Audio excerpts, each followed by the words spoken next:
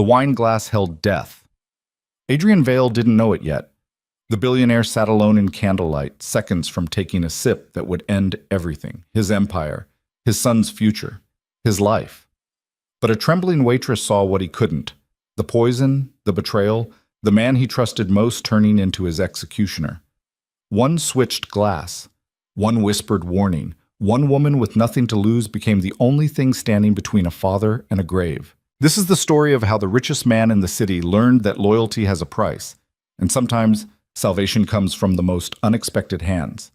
If you're watching from New York, Tokyo, London, or anywhere else on this planet, drop your city in the comments below. Hit that like button and let's see how far this story travels. Now, let's begin. The reservation book at Luminaire called it the Vale Table. Corner position, third floor, floor-to-ceiling windows overlooking a city that never quite decided whether it wanted to sleep or keep burning money. Adrian Vale sat there most Thursday nights when the merger talks ran late, when the lawyers needed one more signature, when Victor Hale insisted they celebrate progress with wine that cost more than most people's rent. Tonight was supposed to be simple: sign the papers, shake hands, go home to Max. Adrian checked his watch, 8:47 p.m. Victor was late, which wasn't unusual. The man treated punctuality like a suggestion, not a requirement. Adrian didn't mind. It gave him time to think, to review the merger documents one last time before committing his company to a partnership that would either double his wealth or complicate it beyond recognition. The restaurant hummed with the kind of quiet that only existed in places where the cheapest entree cost $100. Soft jazz, softer conversations, the clink of crystal against china.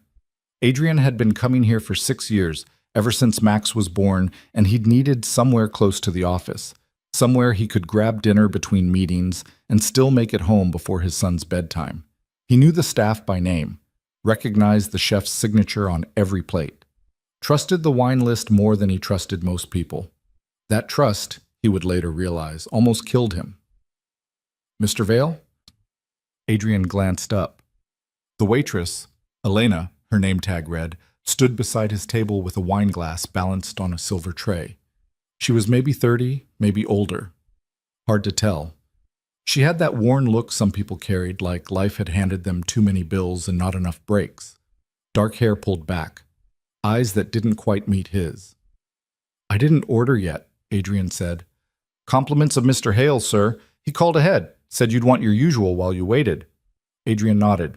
That sounded like Victor, always a step ahead, always managing details before Adrian thought to ask.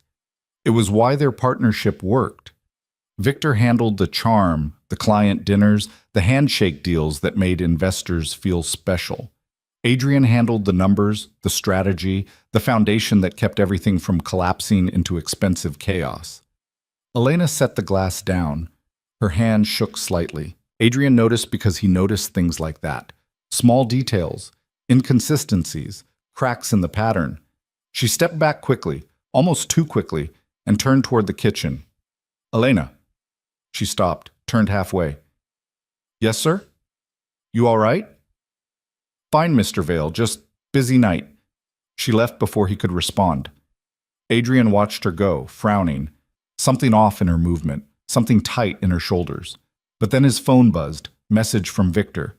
"Stuck in traffic, 15 minutes. Start without me." Adrian set the phone down, picked up the wine glass, held it to the light. Chateau Margaux, 2015. Victor's favorite, though Adrian preferred bourbon. Still, it was a gesture, a tradition. They'd toasted with this same vintage the night they first discussed merging their companies, back when it was just an idea scribbled on a napkin at this exact table. He brought the glass to his lips. "Mr. Vale." Elena was back, breathing hard like she'd run from the kitchen. She reached for his glass before he could drink. "I'm sorry, wrong vintage. Chef's mistake. Let me—" She grabbed the glass. Wine sloshed slightly. Adrian pulled back, confused. "It's fine, Elena. Really." "No, sir. Please. It's the 2014, not the 2015. Mr. Hale specifically requested—" "I can't tell the difference." "But he can." Her voice cracked slightly. "He'll notice. Please, just let me bring the right one." She didn't wait for permission. She took the glass and walked away quickly, Steadier this time, like she'd made a decision and needed to commit before she changed her mind. Adrian watched her disappear through the kitchen doors. Weird. Definitely weird. But restaurant staff got nervous around clients who tipped well and complained loud. Maybe she'd had a bad experience with Victor before. Maybe the chef really had screwed up and she'd take heat for it. He returned to the merger documents, 300 pages of legal language that basically said, Adrian Vale and Victor Hale will combine their companies under shared ownership, splitting profits 60-40 in Vale's favor due to larger initial capital investment. Standard stuff. His lawyers had reviewed it twice. Victor's team had countersigned everything, just needed his signature to make it official. Elena returned with another glass, set it down carefully. This time her hands were steady. The 2015, Mr. Vale. Thank you. She nodded, started to leave, stopped, turned back, leaned in slightly, voice dropping to something just above a whisper. Be careful. Then she was gone again, weaving through tables toward the bar where another customer flagged her down. Adrian stared at the glass. Be careful. What the hell did that mean? Careful of what? The wine? Victor? The merger? He didn't drink it, not yet. Instead he waited, watching the kitchen doors, watching Elena as she moved through her shift. She didn't look his direction again, didn't acknowledge him, just worked, pouring water, clearing plates, smiling at customers with the kind of smile that didn't reach her eyes. Victor arrived 20 minutes later, loud and apologetic and smelling like expensive cologne. He dropped into the seat across from Adrian with a grin that suggested traffic had been a minor inconvenience, not a real problem. Adrian, Christ, I'm sorry. Accident on 5th, total nightmare. It's fine. You started the wine? Adrian glanced at the untouched glass. Waiting for you. Victor flagged down another waitress, not Elena, and ordered a second glass of the Margot plus appetizers neither of them needed. He was 41, 3 years older than Adrian, with the kind of charisma that made investors trust him instantly. Salt and pepper hair, sharp suit, a Rolex that Adrian had given him last Christmas, custom engraved with their company logos intertwined. So, Victor said, pulling out his own copy of the merger agreement, we doing this or what? I want to review Section 9 again. Adrian, come on, we've reviewed this thing to death. Indulge me. Victor sighed but flipped to Section 9. Insurance clauses, beneficiary updates, what happened to company assets if either partner died unexpectedly. Standard mortality planning, morbid but necessary. Adrian read it carefully, nothing unusual. If he died, his shares transferred to a trust for Max until the kid turned 25. If Victor died, his shares went to his sister in California. Clean, simple. Satisfied? Victor asked. Yeah. Then sign the damn thing so we can celebrate. Adrian picked up his pen, hesitated, looked at the wine glass again. Be careful. What's wrong? Victor asked. Nothing, just thinking about Max, making sure this is the right move. It's the right move. Your kid's going to inherit an empire, not just a company. That's what this is about, Adrian. Legacy. Legacy. Right, that's what Victor always said. Build something bigger than yourself. Leave something behind that mattered. Adrian signed. Victor grinned, grabbed his wine glass, raised it high. To the future. Adrian lifted his own glass, paused, sniffed it, looked at Victor. What? Victor said. Nothing. They drank. Victor in one smooth swallow, Adrian in a small sip that barely touched his tongue. The wine tasted fine. Normal. Maybe a little bitter, but wine was supposed to be bitter. Dinner arrived. They ate. They talked. Victor outlined expansion plans. New offices in Chicago, maybe London, definitely Singapore. Adrian half listened, nodding in the right places, but his attention kept drifting to Elena, who was clearing a table near the windows and very deliberately not looking his direction. Be careful. By the time dessert arrived, creme brulee that Victor insisted they share, Adrian felt fine. No dizziness, no nausea, no signs of poison or sabotage or whatever paranoid scenario his brain had been building. Maybe Elena was just nervous. Maybe he'd misread everything. Victor paid the bill with his corporate card, left a generous tip, and walked Adrian to the parking garage. They shook hands under fluorescent lights that buzzed slightly, and Victor clapped him on the shoulder like they were brothers, not business partners. "Get home safe," Victor said. "Hug that kid for me." "Will do." Adrian drove home in silence, replaying the evening in his head. The switched glass, the warning, the merger. By the time he pulled into his driveway, a modest place by Billionaire standards, just 4 bedrooms and a yard where Max could play, he'd almost convinced himself it was nothing. Inside, the nanny was watching TV in the living room. She stood when Adrian entered. "He's asleep," she said. "Went down around 8:30. Any trouble?" "None. He asked about you twice, but I told him you'd see him in the morning." Adrian paid her, locked the door behind her, and climbed the stairs to Max's room. The kid was 6 years old, small for his age, curled under a dinosaur comforter with one arm wrapped around a stuffed elephant. Adrian stood in the doorway watching him breathe, feeling that familiar tightness in his chest that came from loving something so much it scared him. Max's mother had died in childbirth. Complications the doctor said they couldn't predict. One minute Adrian was holding her hand, the next he was holding his son and signing papers that said he was a single father with no idea what he was doing. 6 years later, he still didn't know. But he tried. He worked from home when he could, he made breakfast, he attended school events. He built a company not because he loved money, but because Max deserved security, stability, a future where he didn't have to worry about anything except being a kid. That's what the merger was supposed to protect. That's what Victor had promised. Adrian kissed Max's forehead and went to his own room. Exhaustion hit him like a wave. He stripped to his boxers, collapsed into bed, and was asleep before his head fully settled into the pillow. The next morning, Adrian woke to sunlight slicing through curtains he'd forgotten to close. His phone said 7:14 a.m. He had a meeting at 9, needed to shower, needed coffee, needed to function. Max was already awake, sitting at the kitchen table eating cereal and watching cartoons on a tablet. Adrian ruffled his hair as he passed. "Morning, buddy." "Morning, Dad. Sleep okay?" "Uh-huh." Adrian made coffee. Strong, black. Drank half the cup before his brain started working properly. His phone buzzed. Email from his assistant.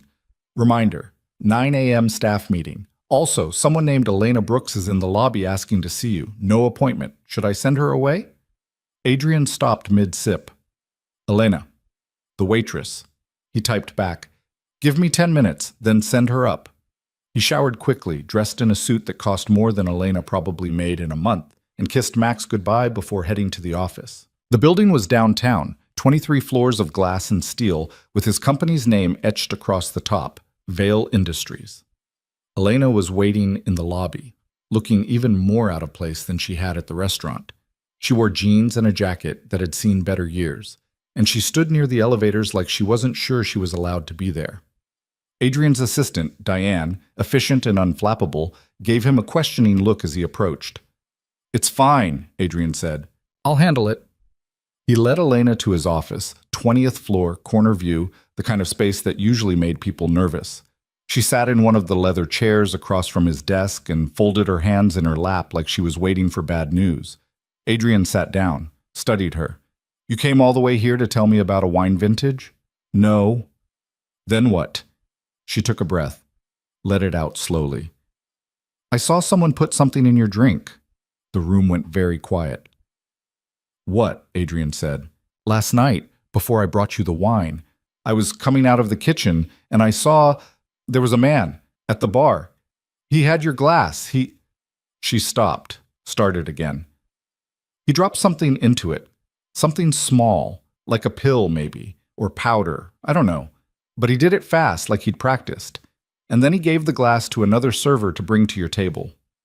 Adrian felt something cold settle in his chest. "What did he look like?" "Tall, maybe 6 feet, dark suit, expensive. He had..." She hesitated. "He had a watch, gold. I noticed it because it caught the light. There was an engraving on it, but I couldn't read it from where I was standing." Adrian's hand moved to his wrist without thinking. He wasn't wearing a watch today, but last night he'd worn the same model Victor had. Same brand, same engraving, to partnership. "What did you do?" Adrian asked quietly. "I panicked. I didn't know what to do. If I told someone, I thought maybe I'd lose my job. Or worse, if this guy was dangerous, if he... She shook her head. So I switched the glasses. Told you it was the wrong vintage. Took the bad one to the kitchen and poured it down the sink. You saved my life. Maybe. I don't know. Maybe I'm crazy. Maybe it wasn't poison. Maybe it was... I don't know. But I couldn't... Her voice cracked. I couldn't just let you drink it. Adrian stood, walked to the window, looked down at the city below, cars and people and buildings that all seemed very small from up here. This man at the bar, he said. Did you see where he went after? He left, out the side entrance. I tried to follow him, but I had tables. By the time I got outside, he was gone. Could you identify him if you saw him again? Maybe. I don't know. It was dark. But the watch, I'd remember the watch. Adrian turned back to her. Why are you telling me this now? Why not last night? Because I was scared. Because I didn't know if you'd believe me. Because... She looked down at her hands. Because I'm nobody, Mr. Vale. I'm a waitress. You're you. Why would you listen to me? I'm listening now. She met his eyes. Someone tried to kill you, and I think you know who. Adrian didn't answer. Couldn't, because she was right. He did know. Or at least, he suspected. The watch. The timing. The fact that Victor had called ahead to order the wine, had been late to dinner, had insisted they toast to the future. Victor. His partner. His friend. The man he'd trusted with half his company. I need to make some calls, Adrian said. Can you stay in the city for a few days? I have work. I'll pay you. Whatever you make in a week, I'll double it. Just stay available. I might need you to talk to someone, police maybe, or a lawyer. Elena nodded slowly. Okay. Adrian wrote down his personal number on a business card and handed it to her. If anything happens, anything weird, anyone following you, anything, you call me, immediately. You think I'm in danger? I think if someone's willing to poison me in public, they're willing to do worse in private. So, yeah, be careful. She took the card, stood, hesitated at the door.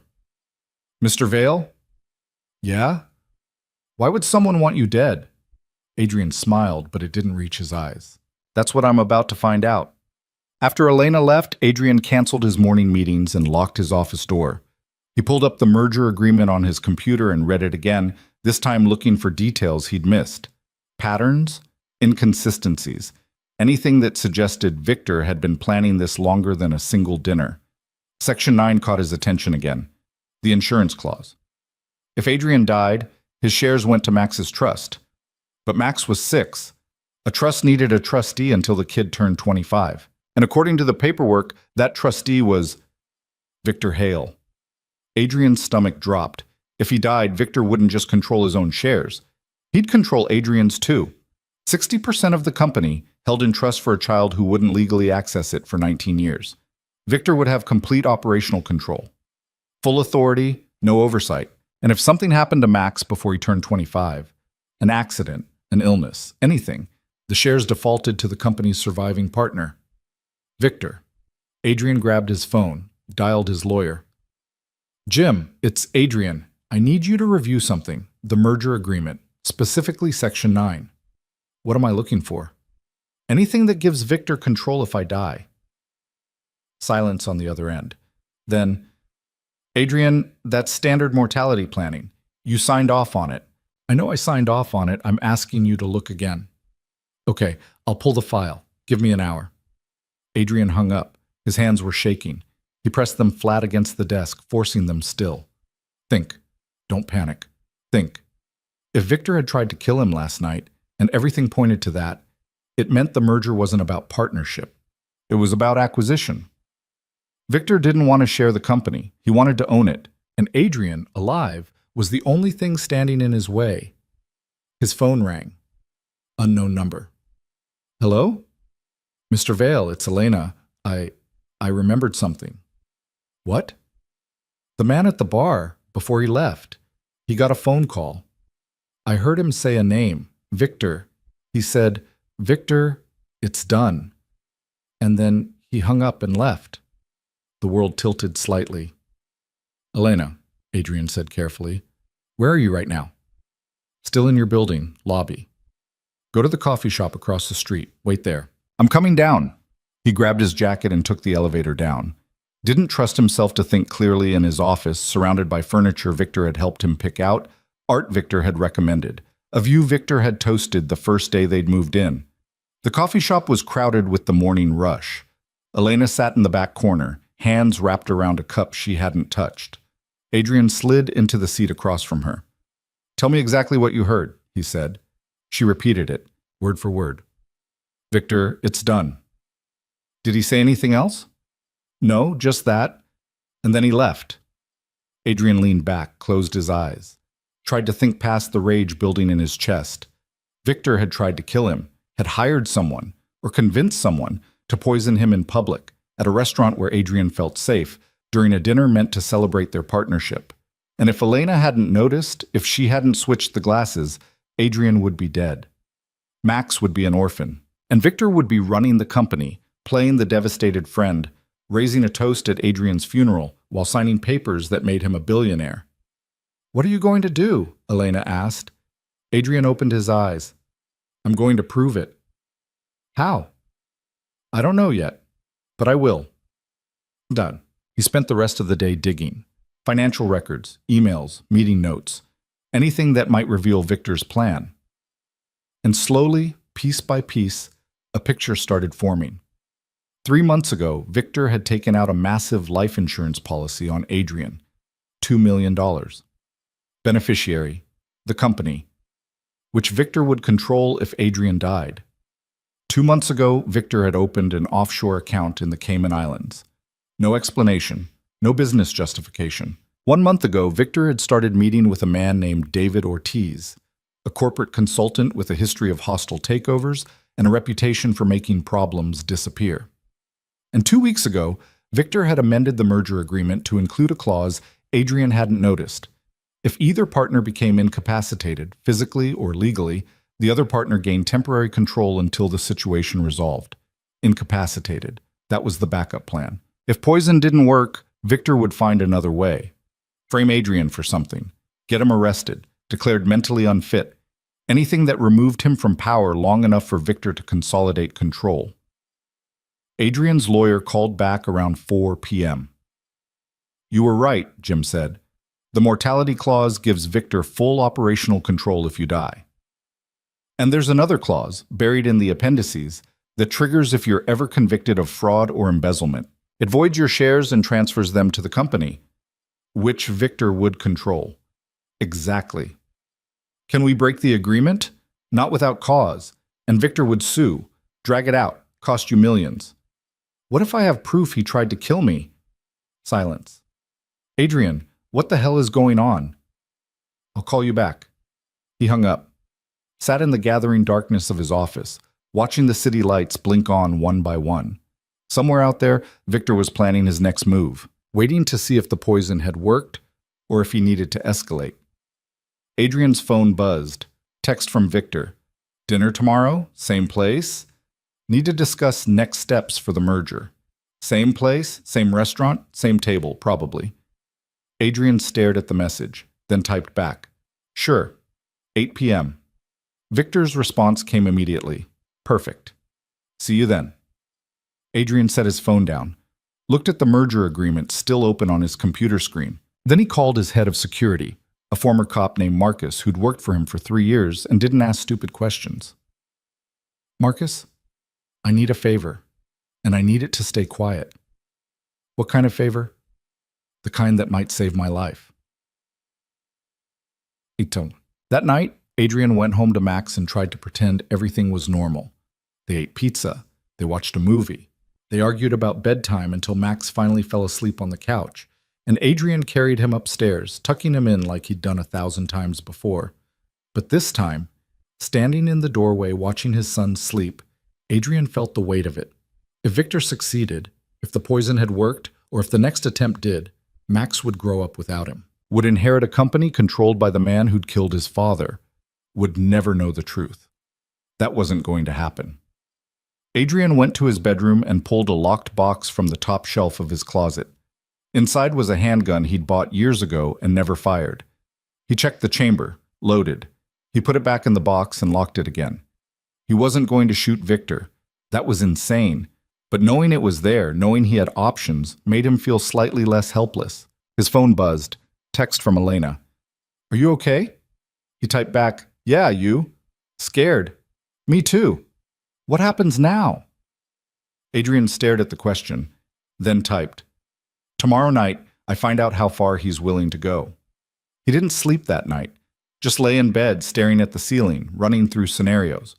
What he'd say, what Victor might do, how to stay alive long enough to prove what had happened.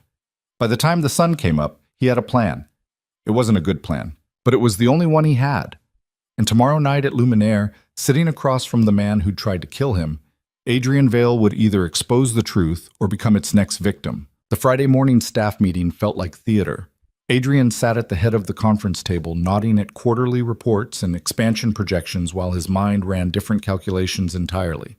Victor sat 3 chairs down, smiling at jokes, offering suggestions, playing the role of trusted partner with the kind of ease that only came from years of practice. Adrian watched him, really watched him, tried to see past the charm to whatever lived underneath.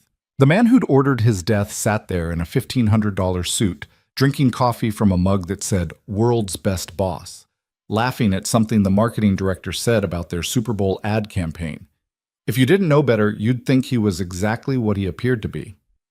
"Adrian?" He blinked. Everyone was looking at him. Victor, too, one eyebrow raised in polite concern. "Sorry," Adrian said. "What?" "The Singapore office," Diane repeated. "You wanted final approval on the lease terms before we commit." "Right. Yeah. Approve it. Move forward." The meeting continued. Adrian contributed when expected, but his attention kept drifting to the watch on Victor's wrist, the Rolex he'd given him last Christmas, custom engraved, to partnership. He wondered if Victor had been planning this even then, if he'd opened the gift box, read the inscription, and thought about all the ways he could use that partnership to bury Adrian 6 feet under. The meeting ended. People filed out. Victor lingered, gathering his papers slowly, and Adrian knew what was coming. "Hey," Victor said once they were alone. "You seem off. Everything okay?" "Fine, just tired." "Max keeping you up?" "Something like that." Victor leaned against the table, casual, concerned. "You sure? Because if the merger's stressing you out, it's not the merger." "Then what?" Adrian met his eyes, held them. "Nothing, really. I'm good." Victor studied him for a long moment, then nodded. "All right. But if you need to talk, you know I'm here. We're partners now, officially." "Yeah, partners." Victor clapped him on the shoulder, that same brotherly gesture from the restaurant, and left. Adrian stayed in the conference room, staring at the empty chair where Victor had been sitting, wondering how many lies could fit inside a single smile. His phone buzzed. Text from Marcus. "Got what you asked for. When do you want to meet?" Adrian typed back, "My office. Now." Marcus arrived 10 minutes later carrying a manila folder and wearing the expression of someone who'd found something he didn't like. He was 42, built like he still hit the gym daily, with a shaved head and a scar across his left eyebrow from his cop days. He closed the office door behind him and tossed the folder on Adrian's desk. "You were right to be paranoid," Marcus said. Adrian opened the folder. Inside were printouts, photographs, bank statements, email transcripts. He flipped through them, his stomach tightening with each page. "Victor's been moving money," Marcus said. "Started 3 months ago. Small transfers at first. 10,000 here, 20,000 there. All routed through shell companies in the Caymans. Last week he moved $500,000. To where?" "Can't trace it, but I found something else." Marcus pulled out another document. "Life insurance policy. $2 million. Beneficiary is the company, but there's a clause. If the company's under single ownership at the time of your death, the payout goes directly to that owner." Victor. "Yeah." Adrian set the paper down. His hands weren't shaking anymore, just cold. "What about the consultant, David Ortiz?" "That's where it gets interesting." Marcus pulled up a photo on his phone and showed it to Adrian. A man in his 50s, gray hair, expensive suit. Ortiz specializes in hostile takeovers. He's been investigated twice for corporate espionage, once for blackmail. Nothing stuck, but the pattern's there. And Victor's been meeting with him. Every Wednesday for the past month. Always at the same bar downtown. Always cash payments. I checked the surveillance footage from nearby businesses. Ortiz leaves with envelopes. Adrian leaned back in his chair. The pieces were all there. The money, the insurance, the consultant, the poisoned wine, all of it pointing to a plan that had been in motion for months, maybe longer. "There's one more thing," Marcus said quietly. "I pulled Victor's phone records. The night of your dinner at Luminaire, he made 3 calls. One to the restaurant to order your wine, one to a burner number that pinged off a cell tower 2 blocks from the restaurant, and one to Ortiz. Timestamps? The burner call was at 8:35 p.m., 15 minutes before you were supposed to arrive. The Ortiz call was at 9:47 p.m., right after you would have been served the wine." Adrian closed his eyes, opened them. The waitress, Elena, she said she overheard someone say, "Victor, it's done." That was probably the burner call. Probably, which means Victor hired someone to do the actual poisoning. Keeps his hands clean. Standard playbook for this kind of thing. "Can we prove any of this?" Marcus shook his head. "Not in court. It's all circumstantial. The money could be legitimate business expenses. The insurance is standard practice. The meetings with Ortiz could be consulting work. And the phone calls don't prove intent. So what do we have? A theory, a good one, but without hard evidence, a recording, a confession, something concrete. Victor walks. Adrian stood, walked to the window. The city stretched out below him, indifferent and vast. Somewhere down there, Victor was planning his next move, and Adrian had less than 24 hours to figure out how to stop him. "Tonight," Adrian said, "I'm meeting him for dinner, same restaurant." "That's a bad idea." "I know.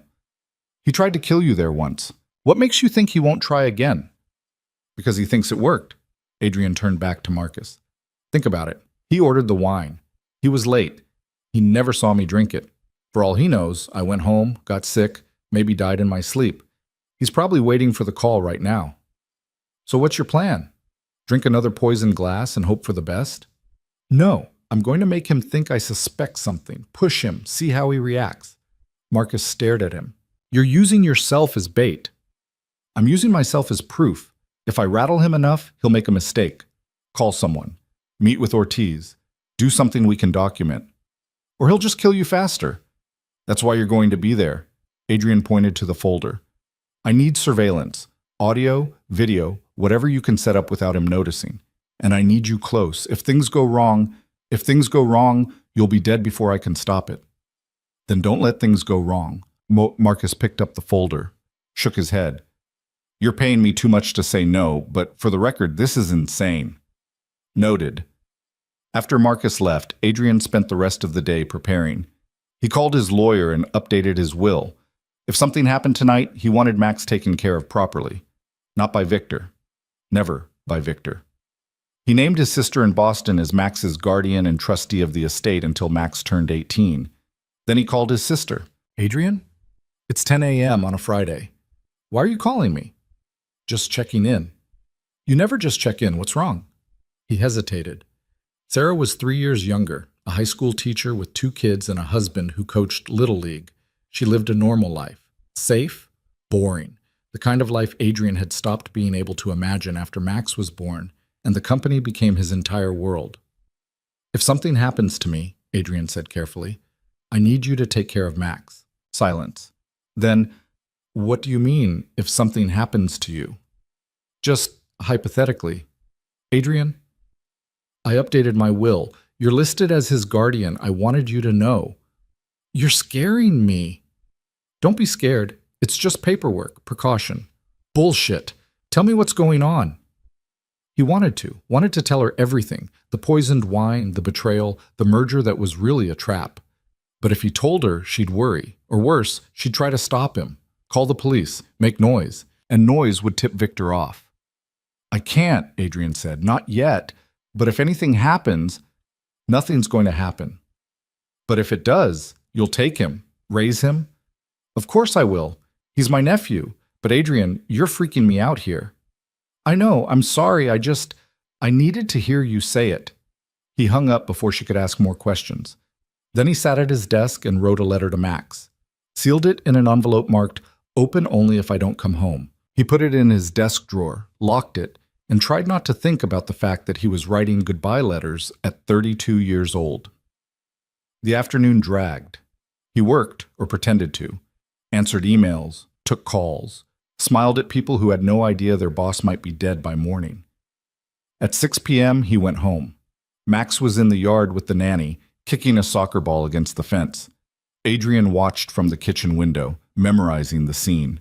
The way Max laughed when he scored, the way he ran, all energy and no coordination. The way he looked back at the house every few minutes, checking to make sure his dad was still there. Adrian stepped outside. "Hey, buddy, come here." Max ran over, breathing hard. "Did you see? I almost got it in the top corner." "I saw. That was good. Are you going out again tonight?" "Yeah, just for a little while." Max's face fell. "You're always going out." "I know. I'm sorry." "You said we'd watch the game." Adrian knelt down, eye level with his son. "Tomorrow. I promise. We'll watch the whole game, just you and me, pizza, soda, the works." "Promise?" "Promise." Max hugged him, quick and tight, then ran back to the soccer ball. Adrian stood there watching, feeling the weight of that promise. He'd made a lot of promises to Max over the years. Some he'd kept, some he'd broken. This one he needed to keep. At 7 p.m., he showered and dressed. Dark suit, no tie. He checked his reflection in the mirror and barely recognized the man staring back. He looked older, tired, like someone who'd been fighting too long and was starting to wonder if winning was even possible. He drove to Luminaire alone. Marcus was already there, posing as a customer at the bar, nursing a drink and watching the room through the mirror behind the bottles. He'd set up 2 hidden cameras, one in the centerpiece on Adrian's usual table, one in a coat hook on the wall. Audio recorders in the salt shaker and the candle holder. Elena was working tonight. Adrian had texted her earlier, told her to act normal, serve his table if she could. She'd agreed, though her response had been shaky. What if something happens again? Adrian had written back, "Then you run. Don't be a hero twice." He arrived at 7:45 p.m., 15 minutes early. He wanted time to think, to breathe, to settle his nerves before Victor showed up with his smile and his lies and his plans to finish what the poison had started. The hostess led him to the same table as before. 3rd floor, corner position, windows overlooking the city. Adrian sat facing the door so he could see Victor arrive. The waitress, not Elena, brought water and asked if he wanted to start with wine. "Not yet," Adrian said, "waiting for someone." Victor arrived at exactly 8 p.m., punctual this time. Interesting. He wore a charcoal suit and a grin that suggested he'd had a good day. "Adrian." He slid into the chair opposite. "You look like hell." "Thanks." "No, seriously, you okay?" "Fine. Just a long week." Victor flagged down the waitress and ordered a bottle of wine without consulting Adrian. The same vintage as last time. Chateau Margaux, 2015. Adrian's pulse quickened. "So," Victor said, leaning back in his chair, "how's Max?" "Good." "Still playing soccer?" "Yeah." "You should bring him by the office sometime. The team would love to meet him."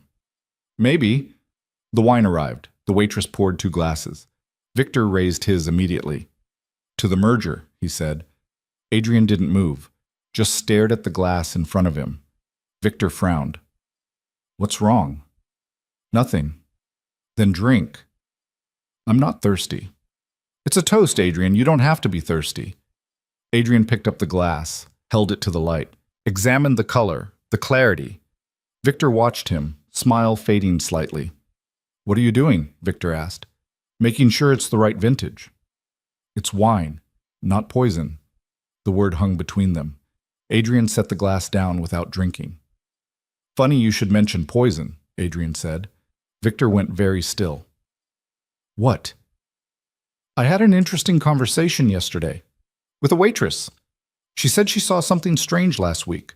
Someone tampering with my drink." Victor's expression didn't change. didn't flicker. But something shifted in his eyes, a calculation happening faster than words. That's a serious accusation, Victor said carefully. It's not an accusation, it's a fact. And you believe her? Some random waitress? I believe what I found when I started looking into it.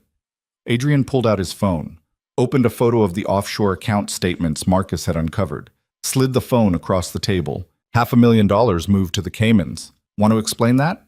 Victor glanced at the phone, then back at Adrian. His face was calm, too calm. That's a legitimate business transfer, Victor said, for the Singapore expansion. Really? Because it went through 3 shell companies before landing in an account under your name. I don't have to explain my financial decisions to you.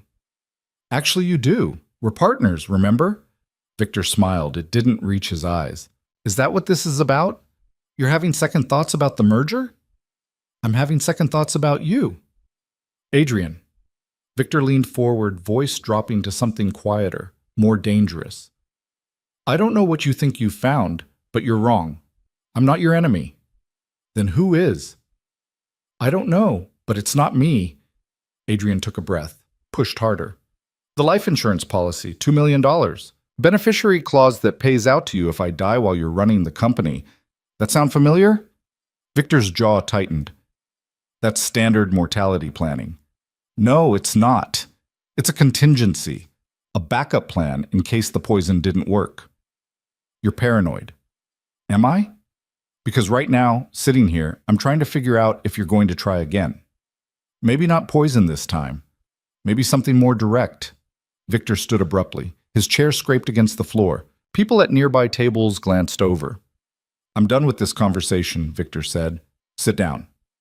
No, I came here to have dinner with my partner, not get accused of murder. Sit down. Something in Adrian's voice made Victor pause. He sat, but his hands were clenched on the armrests. Let me tell you what I think happened, Adrian said quietly. I think you've been planning this for months. The offshore accounts, the insurance policy. The consultant you've been meeting with, David Ortiz, right? I think you saw the merger as an opportunity. Not to build something together, but to take what I built and make it yours. And when I didn't die fast enough, you decided to help things along. Victor stared at him. You can't prove any of this. Not yet. But I will. Even if you could, what then? You go to the police? You sue me? You make a scene?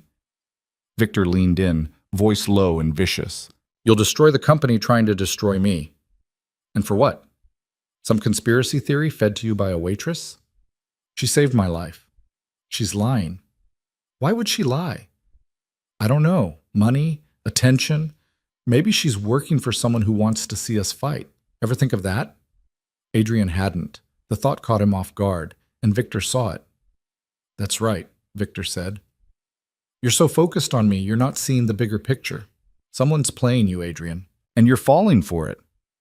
You're good, Adrian said. I'll give you that. You almost sound convincing. I'm telling you the truth. No, you're telling me what you need me to believe so I don't look too close, but I'm already looking, and I'm going to keep looking until I find what you're hiding. Victor stood again. This time he didn't sit back down. This partnership was a mistake, he said. Yeah, it was. I'll have my lawyer contact yours. We'll dissolve the merger. Good luck with that. You signed a contract. Contracts can be broken. Not without cause, and not without a fight.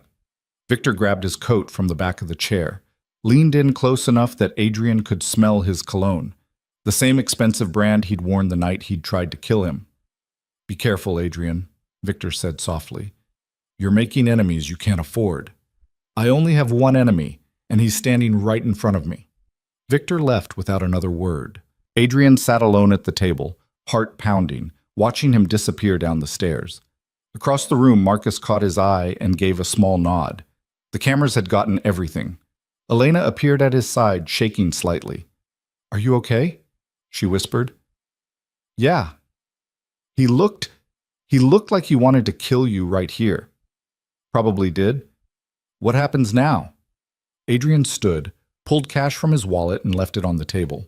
Enough to cover the wine they hadn't drunk, and a tip that would keep Elena stable for a month. Now, Adrian said, we wait and see what he does next. He walked out of Luminaire into the cool night air. His phone buzzed before he reached his car. Text from Marcus. Got it all. Audio's clean, video's clear. This is enough to prove you confronted him. Maybe not enough to prove he tried to kill you, but it's a start. Adrian typed back. Meet me at the office in an hour. And bring everything you have on Ortiz. He drove home first, paid the nanny, checked on Max, who was asleep with the stuffed elephant clutched against his chest. Adrian stood in the doorway, watching him breathe, and made a promise to himself. Not to Max, to himself. He was going to win this, no matter what it cost. An hour later, he was back in his office. Marcus was already there, spreading documents across the conference table like pieces of a puzzle.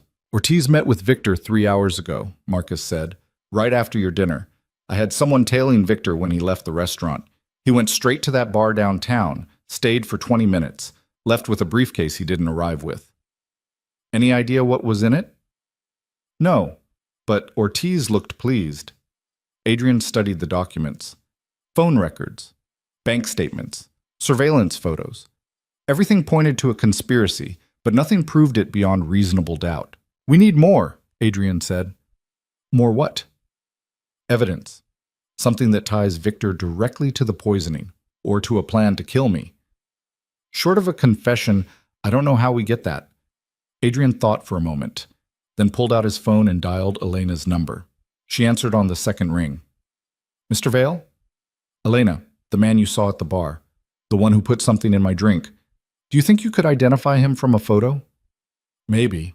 I don't know. It was dark. But you'd recognize him if you saw him again? I think so. Why?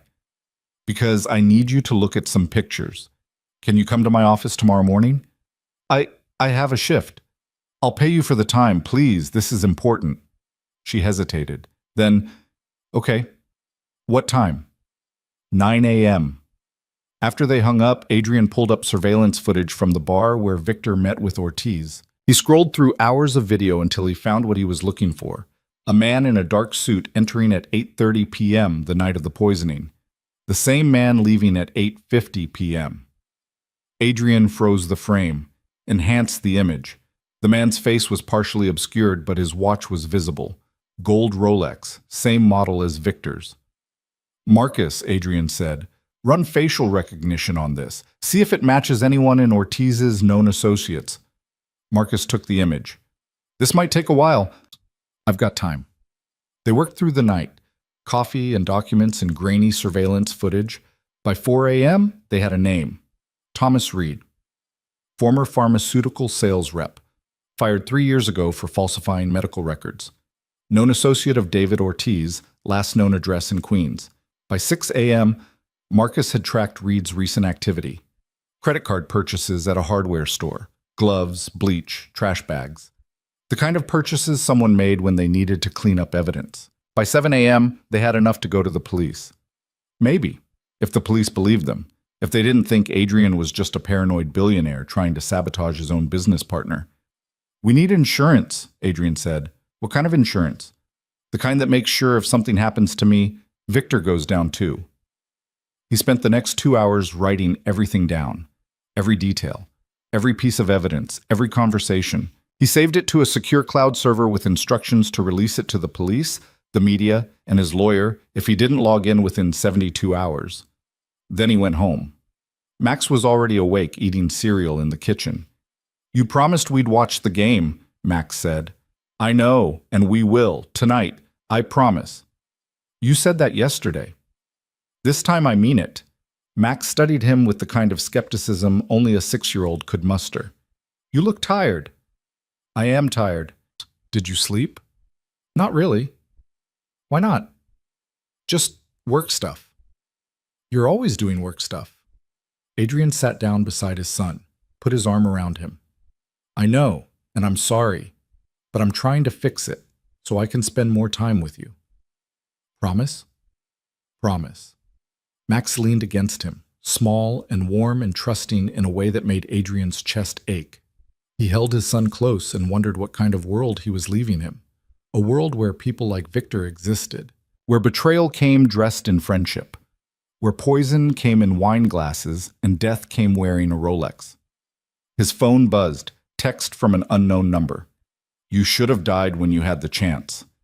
Adrian stared at the message, then showed it to Marcus, who'd followed him home and was standing in the kitchen doorway. That's a threat, Marcus said. Yeah. We need to go to the police, now. And tell them what? That I got a mean text? They'll laugh me out of the station. This is evidence of intent. It's evidence of someone with my phone number being an asshole. Could be Victor, could be Reed, could be some random person who read about the merger online and doesn't like billionaires. Marcus pulled out his own phone. I'm calling a contact at the precinct, someone who owes me a favor. Don't. Not yet. Adrian. I said not yet. We play this wrong. Victor walks. And I can't. He glanced at Max, who was watching cartoons and pretending not to listen. I can't let that happen. Marcus put his phone away, but his expression said he thought Adrian was making a mistake. Maybe he was, but mistakes were all he had left. Elena arrived at 9 a.m. sharp, looking like she hadn't slept either. Dark circles under her eyes. Hair pulled back in a messy ponytail. She clutched her purse against her chest like it might protect her from whatever was coming next. Adrian met her in the lobby and led her upstairs to the conference room where Marcus had arranged a dozen photographs on the table. Men in suits, men in casual clothes. Some young, some old. Thomas Reed was third from the left, mixed in with people who had nothing to do with Victor or the poisoning or anything else. Take your time, Adrian said. Look at each one carefully. Elena moved slowly down the line, studying each face. She stopped at Reed. Her hand went to her mouth. That's him, she whispered. You're sure? Yes. I remember the jaw and the eyes. He looked angry, like he was doing something he didn't want to do but had to anyway. Marcus stepped forward. Would you be willing to testify to that? In court, if it comes to it? Elena looked at Adrian. Will I be safe? I'll make sure of it, Adrian said, though he wasn't sure he could promise that. Wasn't sure he could keep anyone safe, including himself. She nodded slowly. Then, yes, I'll testify. After Elena left, Adrian and Marcus spent another hour going through Reed's background. The pharmaceutical connection was interesting. Reed had access to drugs, knowledge of dosages, the kind of expertise you'd need to poison someone without it being immediately obvious. We need to find him, Adrian said. Get him to talk. That's police work, not ours. The police will take weeks. I don't have weeks. Victor's planning something. I can feel it. Then let me handle Reed. You stay visible. Go to work. Act normal. Make Victor think you're backing off. Adrian shook his head. I'm done acting normal. I want Victor scared. I want him making mistakes. He's already making mistakes. The threat text. Meeting with Ortiz right after your confrontation. These are panic moves. Good. Let him panic. Marcus gathered the photographs. You're playing a dangerous game. I've been playing it since the moment I signed that merger. I just didn't know the rules yet. The weekend passed in a strange, suspended state. Adrian took Max to soccer practice Saturday morning, sat on the bleachers with other parents, and pretended to care about drills and formations while his phone buzzed with updates from Marcus. Reed's apartment was empty. His car hadn't moved in 3 days. His credit cards hadn't been used since Thursday. Either Reed was hiding or someone had made sure he couldn't talk. Sunday morning, Adrian kept his promise. He and Max watched the entire football game, ate pizza, drank soda, acted like everything was fine. Max scored imaginary touchdowns during commercial breaks, and Adrian cheered like his life depended on it. Maybe it did. Maybe if he could hold on to these moments, these normal, boring, beautiful moments, he could survive whatever was coming. That night, after Max went to bed, Adrian sat in his home office and went through the merger agreement one more time. He'd read it a dozen times already, but he kept looking for something he'd missed. Some clause, some loophole, some way to break the contract without destroying everything. His phone rang. Unknown number again. He almost didn't answer, then did.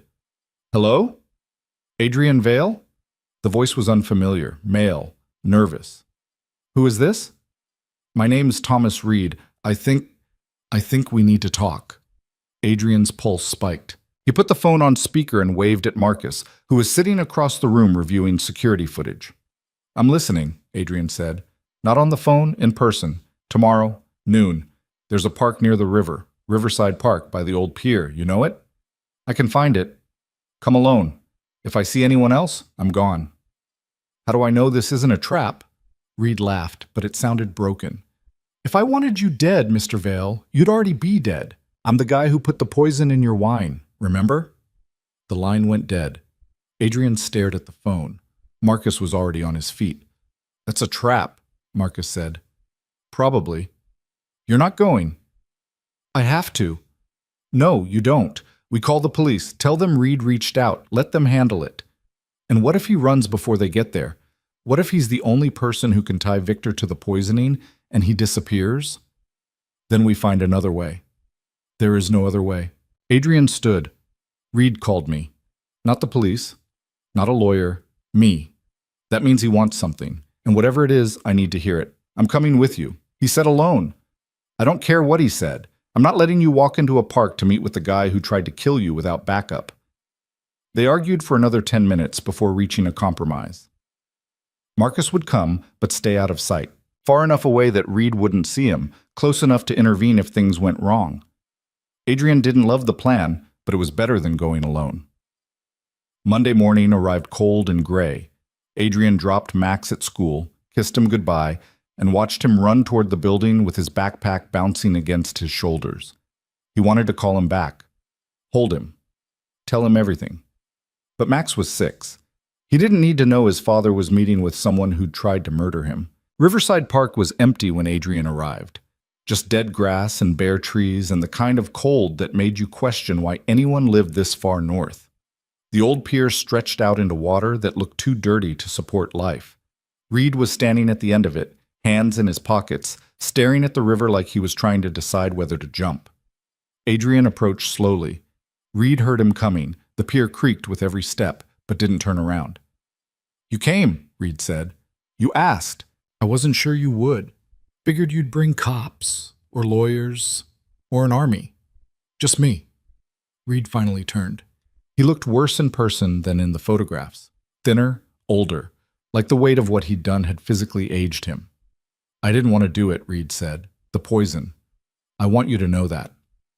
But you did it anyway. Yeah, I did. Why? Reed pulled a cigarette from his pocket, lit it with shaking hands. Money. Why else? I'm 43 years old, unemployed, living in a shithole apartment in Queens. Victor Hale shows up offering me $50,000 to drop something in your drink. $50,000. That's more than I made in 2 years at my last job. So you said yes. So I said yes. Reed took a drag, exhaled smoke that the wind carried away. He told me it wasn't lethal, said it would just make you sick. Sick enough that you'd miss some meetings, sign some papers without reading them too carefully. He made it sound reasonable, like a prank. You believed him? I wanted to believe him.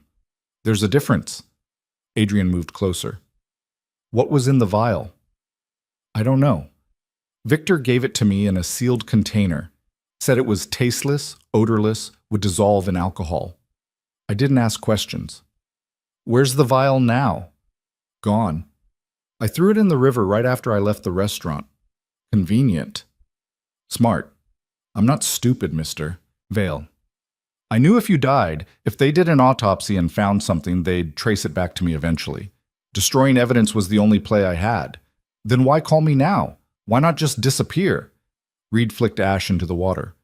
Because Victor's trying to kill me too. The words hung between them.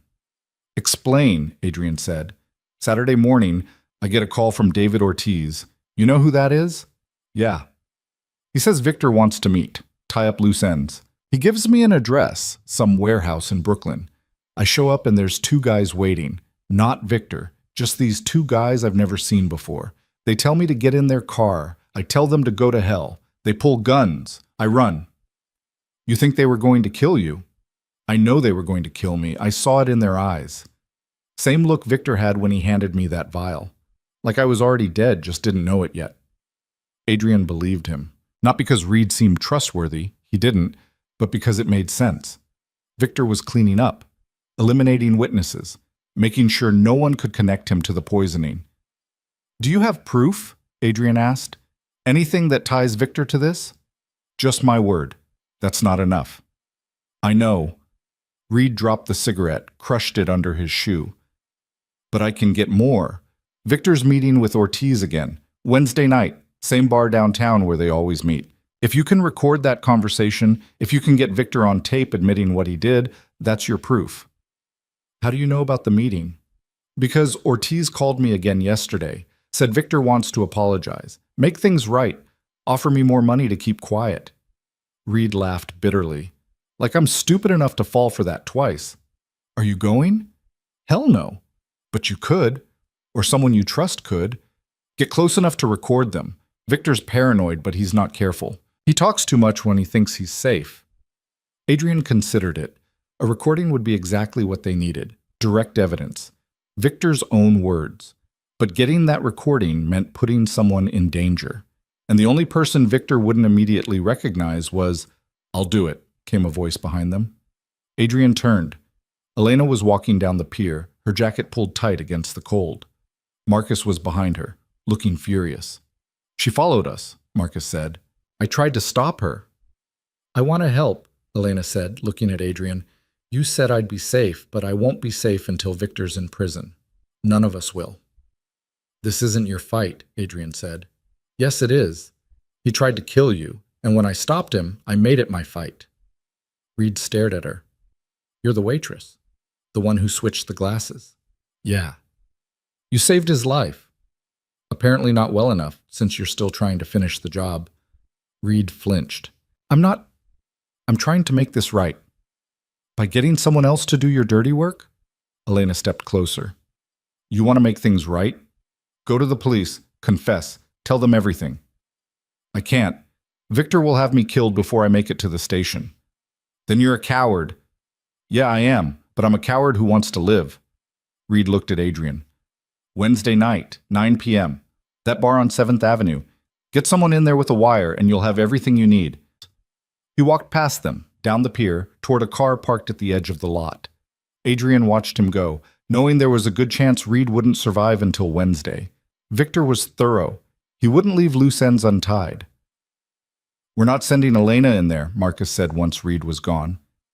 "I'm standing right here," Elena said, "and I can make my own decisions." "It's too dangerous." "Everything about this is dangerous. At least this way I'm doing something." Adrian looked at her. Really looked at her. She was scared. He could see it in the way she held herself, the tension in her shoulders.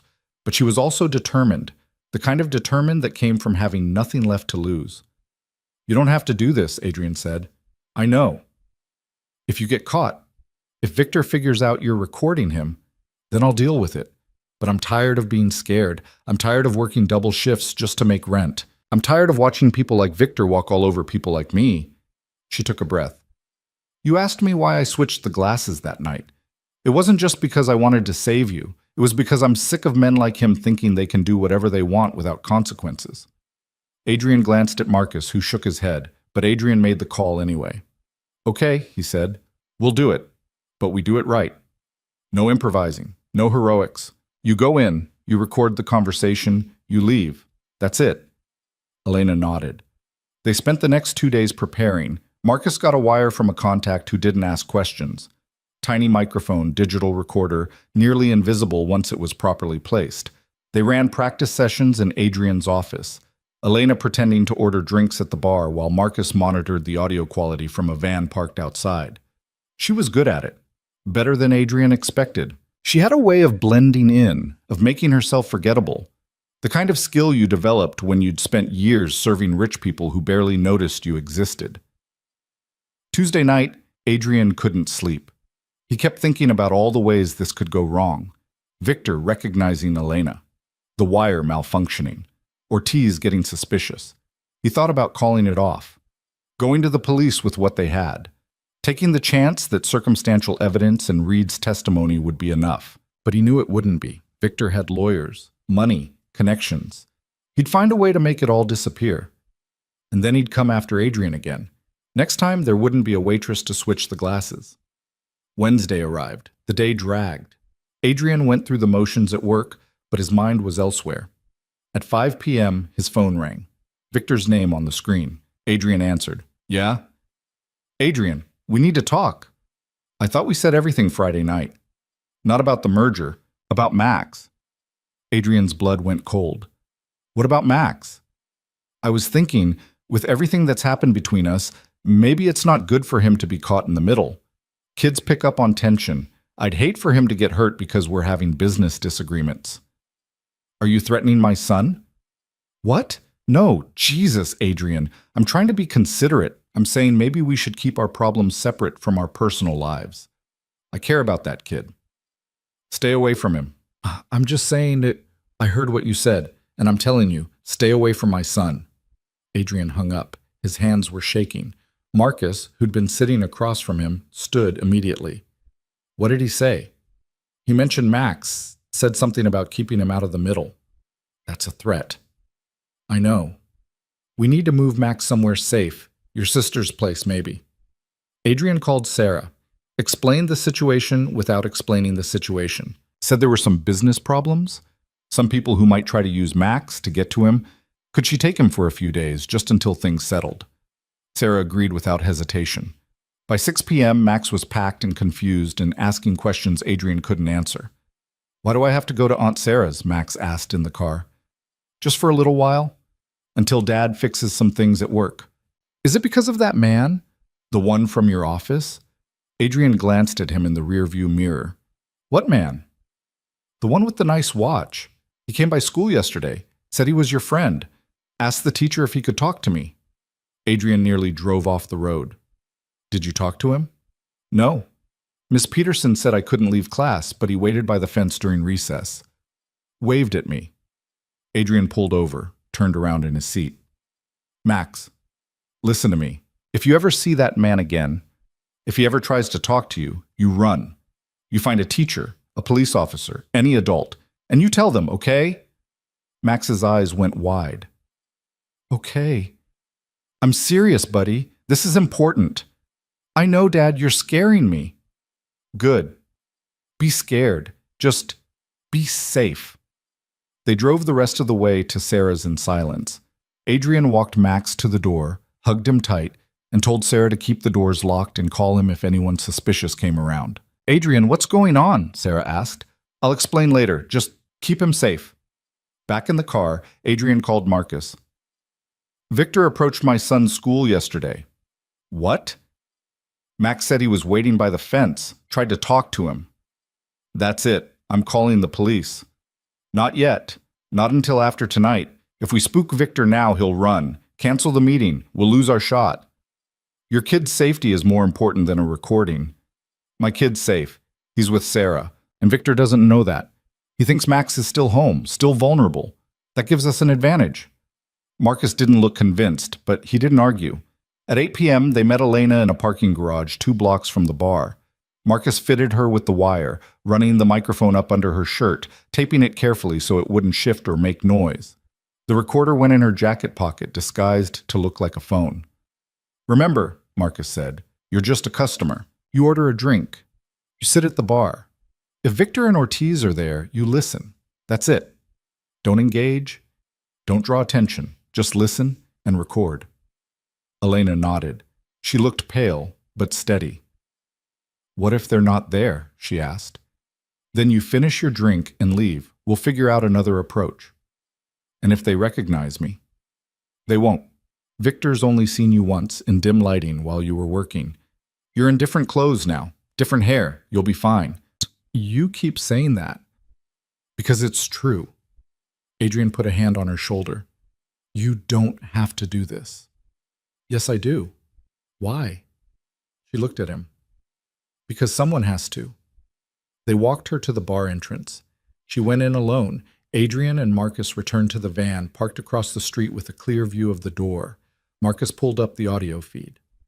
Static for a moment, then the sounds of the bar. Music, conversation, the clink of glasses. Elena's voice steady and clear. Whiskey. Neat. They waited. 9 p.m. came and went. No Victor, no Ortiz. Just Elena sitting at the bar, nursing her drink, pretending to check her phone. At 9:17 p.m., the door opened. Adrian recognized Victor immediately. Even on the grainy security feed Marcus had tapped into, he was unmistakable. Ortiz followed him. They took a table in the back corner. ordered drinks. Elena didn't move, just sat there, 20 feet away, the microphone picking up fragments of conversation over the ambient noise. Marcus adjusted the audio settings, filtered out background frequencies, and suddenly, Victor's voice came through clear. "Told you to handle Reed. Why is he still a problem?" Ortiz's response was quieter, harder to hear. "He ran. My guys lost him. Then find him. He knows too much." "What about the waitress, the one who switched the glasses?" "What about her?" "Reed said she saw him. If she talks." "She won't. She's nobody. Who's going to believe her?" "Still, loose ends make me nervous." Victor laughed. "Everything makes you nervous. Relax. Adrian's backing off. I can feel it. He's scared." "You sure about that? He seemed pretty convinced when he confronted you." "That was adrenaline. By now he's realized he can't prove anything, and once the news breaks tomorrow, he won't have time to worry about me." "What news?" "The fraud investigation. I've been feeding the SEC information for weeks. Fake invoices, offshore transfers, all traced back to Adrian. Tomorrow morning, they're going to arrest him." Adrian's stomach dropped. "You set him up," Ortiz said. "I created reasonable doubt. When he dies, and he will die, one way or another, no one's going to ask too many questions. They'll just think the stress got to him. Guilty conscience, tragic suicide." "And the kid? What about him?" "The son. He inherits. Not if Adrian's convicted of fraud. Assets get frozen. Company goes into receivership. And guess who's positioned to buy it for pennies on the dollar?" Victor raised his glass. Ortiz clinked it with his own. In the van, Adrian couldn't breathe. "We got it," Marcus said. "Every word. This is enough. Conspiracy, attempted murder, fraud. We can take this to the police right now." But Adrian was already moving, out of the van, across the street, through the bar door. "Adrian, wait." He didn't wait. He walked straight to Victor's table. Victor saw him coming and his smile vanished. "Adrian, what?" Adrian grabbed him by the collar, pulled him halfway across the table. "You're done," Adrian said. Victor shoved him back. People were staring now. Ortiz stood, reaching for something in his jacket. "You need to leave," Victor said quietly. "Right now." "I'm not going anywhere, and neither are you." "You're making a scene." "Good. Let them watch." Ortiz pulled a gun, not large, just enough. He kept it low, pointed at Adrian's stomach where most people wouldn't see it. "Walk away," Ortiz said. Adrian looked at the gun, then at Victor. Then he did something stupid. He smiled. "You're going to shoot me here, in front of 50 witnesses?" "If I have to." "Then do it, because I'm not leaving until everyone in this room knows what you did." For a moment, no one moved. Then the bar door burst open and Marcus came through with 4 cops behind him. Real cops. Uniforms. Badges. "Nobody move!" one of them shouted. Ortiz dropped the gun. Victor sat back down slowly, hands visible on the table. The bar erupted into chaos. People shouting, pushing toward the exits, pulling out phones to record. Marcus grabbed Adrian's arm. "You said wait!" "I didn't feel like waiting." One of the cops, a detective named Morrison, who Marcus had called before they'd even left the parking garage, approached Victor's table. "Victor Hale?" "Yes. You're under arrest for conspiracy to commit murder, attempted murder, and fraud." They cuffed him right there. Read him his rights while patrons recorded on their phones, and the bartender tried unsuccessfully to restore order. Victor didn't resist, just kept his eyes on Adrian the whole time. "This won't stick," Victor said. "My lawyers will have me out by morning." "Maybe," Adrian said. "But everyone knows now. Your reputation's done. Your business is done. You're done." Victor smiled. "You think you've won, but you have no idea what's coming." They dragged him toward the door. Ortiz, too, cuffed and silent. Elena appeared at Adrian's side, breathing hard. "Are you okay?" she asked. "Yeah. You?" "I think so. I can't believe that worked." It almost didn't. Detective Morrison approached with a digital recorder. "We need your statements. All of you. And we'll need that wire recording as evidence." They gave statements. All 3 of them. It took hours. By the time they finished, it was past midnight, and Adrian felt like he'd aged 10 years. He drove home in silence. The house was empty without Max. Too quiet. Too big. He sat in the living room with all the lights off and tried to process what had just happened. Victor was arrested. The evidence was solid. The recording, the witness statements, Reed's eventual testimony once they tracked him down. It should have felt like victory. Instead, it felt hollow, because Victor had been right about one thing. The fraud charges were real. The SEC investigation was real. And even if Adrian proved Victor had planted the evidence, the accusation alone would destroy him. Clients would pull contracts. Investors would flee. The company would collapse. Everything he'd built, everything he'd protected. Gone. His phone buzzed. Text from an unknown number. Check your email. Adrian opened his laptop. One new message, no subject line, just an attachment. He clicked it. A video file. 30 seconds long. Security footage from inside Victor's office. Dated 3 weeks ago. Victor sitting at his desk, talking to someone off camera. The audio was clear. Once Adrian's arrested, the company's mine. Transfer the funds and make sure the invoices look legitimate. I want this airtight. The person off camera responded, "What about the kid?" "What about him? He's 6. He'll go to family. We'll deal with the inheritance later." The video ended. Adrian stared at the screen. This was it. Proof that Victor had orchestrated the entire fraud scheme. Proof that would clear Adrian's name completely. But who sent it? Another text. "Consider us even. T.R. Thomas Reed." Adrian leaned back, closed his eyes. Somewhere out there, Reed was running, hiding, trying to stay alive long enough to avoid Victor's reach. And he'd just handed Adrian the one thing that could save everything. The next morning, Adrian walked into the FBI field office and gave them the video. By noon, the fraud charges against him were dropped. By evening, the news was running stories about Victor's arrest. By the time Adrian picked up Max from Sarah's house, the nightmare was starting to feel like something that had happened to someone else. But it wasn't over yet. Victor made bail within 18 hours. $2 million posted by a lawyer Adrian had never heard of, representing interests Adrian couldn't trace. The news hit while Adrian was sitting in his office trying to salvage what remained of his company's reputation. His phone lit up with alerts, and his stomach turned over. Marcus was there within minutes, standing in the doorway with his arms crossed. "He's out," Marcus said. "I saw. House arrest, ankle monitor.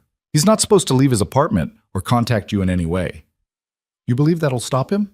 Marcus didn't answer. They both knew it wouldn't. The next 72 hours became a waiting game. Adrian hired 3 different security firms to monitor his house, Max's school, the office building. He changed his routes to work, varied his schedule, stopped going anywhere predictable. Max noticed the changes but didn't understand them, kept asking why they couldn't go to their favorite diner anymore, why Dad checked the locks 3 times every night. "Just being careful," Adrian told him. "Careful of what?" "Nothing you need to worry about." But Max was 6, not stupid. He knew something was wrong. The media circus didn't help. Victor's arrest made headlines for a week straight. Business networks ran specials about corporate betrayal. True crime podcasts started covering it before the trial even had a date. Adrian's face was everywhere, along with photos of Victor being led out of the bar in handcuffs, photos of Elena looking shocked outside the courthouse, photos of Luminaire with a caption about poison and privilege. Adrian's phone rang constantly, investors wanting reassurance, board members demanding explanations, clients asking whether their contracts were still valid. He spent 12 hours a day putting out fires, and new ones kept sparking. Thursday afternoon, his lawyer called. "We have a problem," Jim said. Adrian closed his office door. "What kind of problem?" Victor's legal team filed a motion to suppress the recording. They're claiming it was obtained illegally, that Elena wasn't law enforcement, didn't have a warrant, violated wiretapping statutes. She was a private citizen recording a conversation in a public place. It's more complicated than that. The laws vary by state, and Victor's lawyers are arguing she intentionally deceived him, that there was an expectation of privacy in that corner booth. That's insane.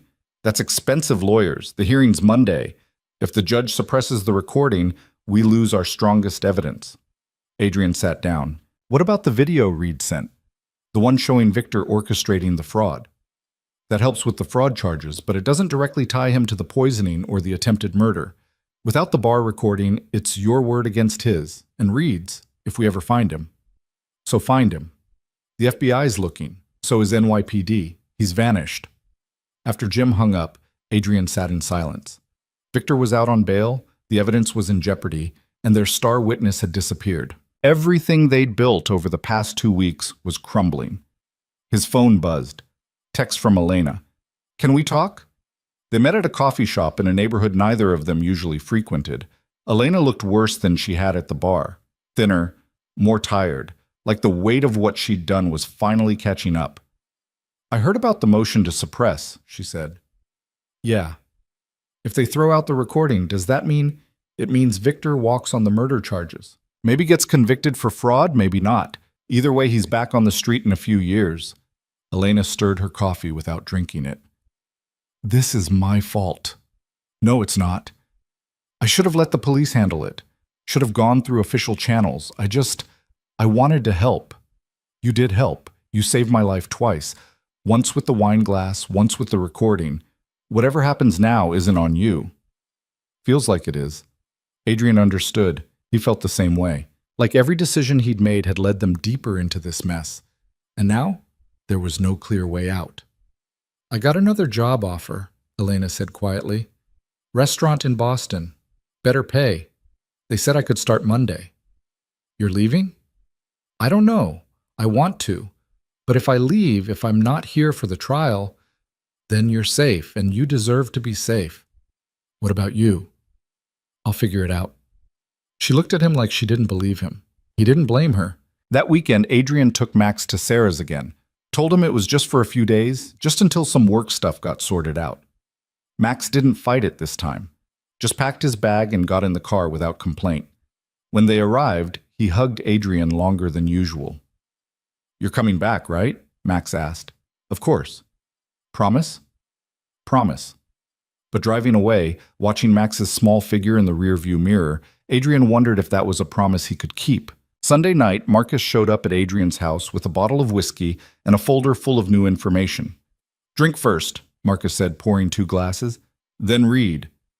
Adrian drank, then opened the folder. Inside were financial records Marcus had obtained through channels Adrian suspected weren't entirely legal. Victor's accounts. Money trails. Transactions dating back 18 months, not just 3. Payments to shell companies.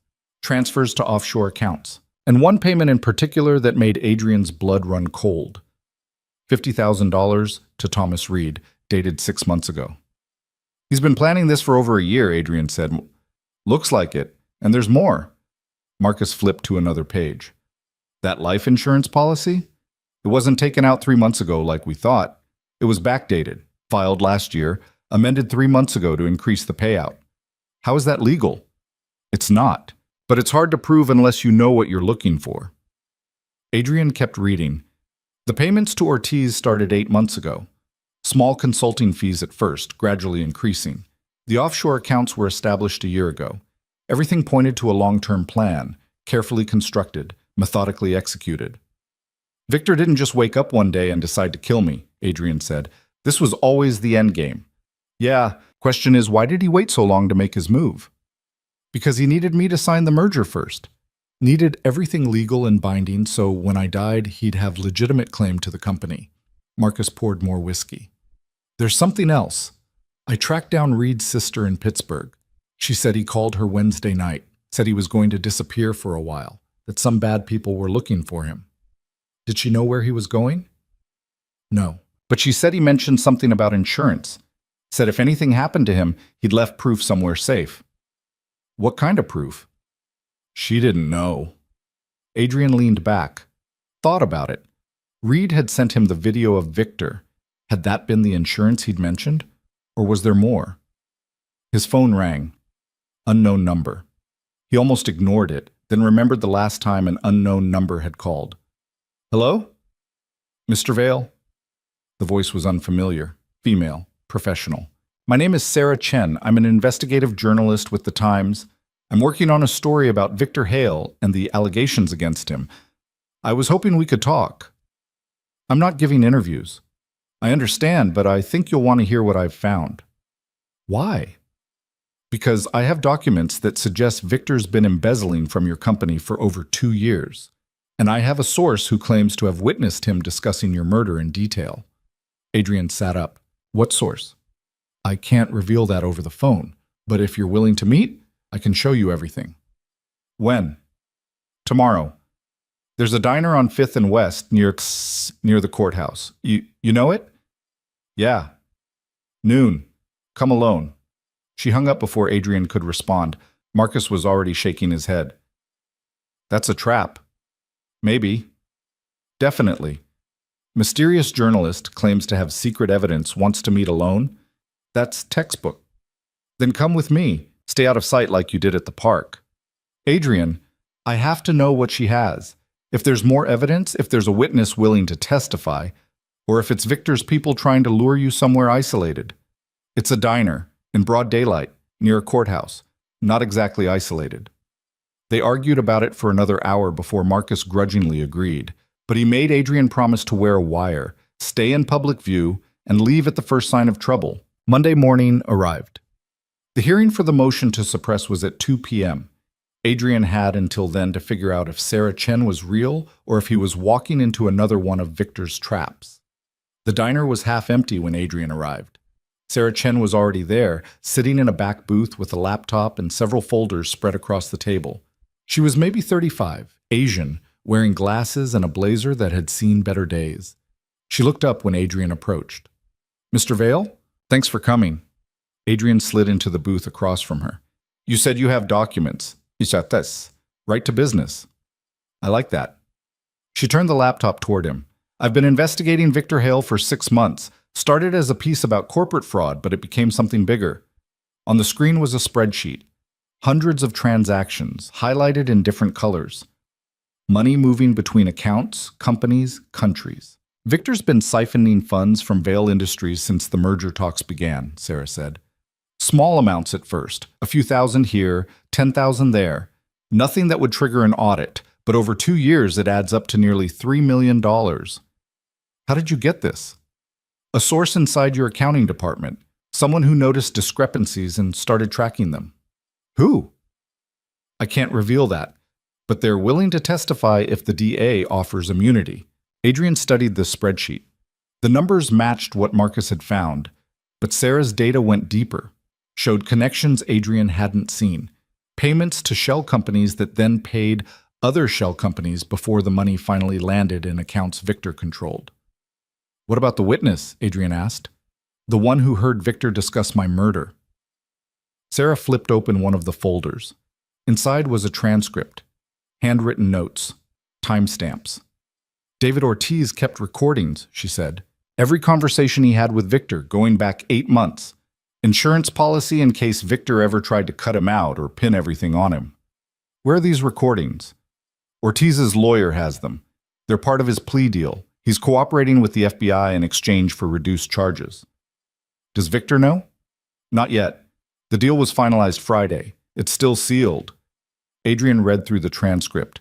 Conversations about the poisoning, about framing Adrian for fraud, about making sure Max couldn't inherit if something went wrong. Everything Victor had said at the bar, and more. Much more.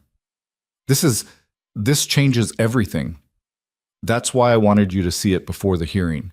If the judge suppresses Elena's recording, it won't matter. The FBI has Ortiz's recordings. They're legally obtained. Attorney-client privilege doesn't apply because Ortiz is cooperating. Victor's lawyers can't touch them. Adrian looked at her. Why are you showing me this? Because I think you deserve to know before it goes public. And because I'm writing a story about what happened, and I want to make sure I get it right. When does it publish? Tonight. Whether the hearing goes your way or not. They talked for another 30 minutes. Sarah asked questions. Adrian answered the ones he could, deflected the ones he couldn't. By the time he left, he felt something he hadn't felt in weeks. Hope. The hearing started at 2 p.m. Adrian sat in the gallery with his lawyer while Victor sat 3 rows ahead, flanked by his own legal team. Victor didn't turn around, didn't acknowledge Adrian's presence, just sat there in an expensive suit looking like a man who believed he was about to win. The judge was a woman in her 60s named Patricia Holbrook, known for being strict on procedure. She listened to Victor's lawyers argue that Elena's recording violated wiretapping laws, that it was obtained through deception, that allowing it as evidence would set a dangerous precedent. Then she listened to the prosecution argue that Elena was a private citizen, that the conversation took place in a public establishment, that Victor had no reasonable expectation of privacy in a crowded bar.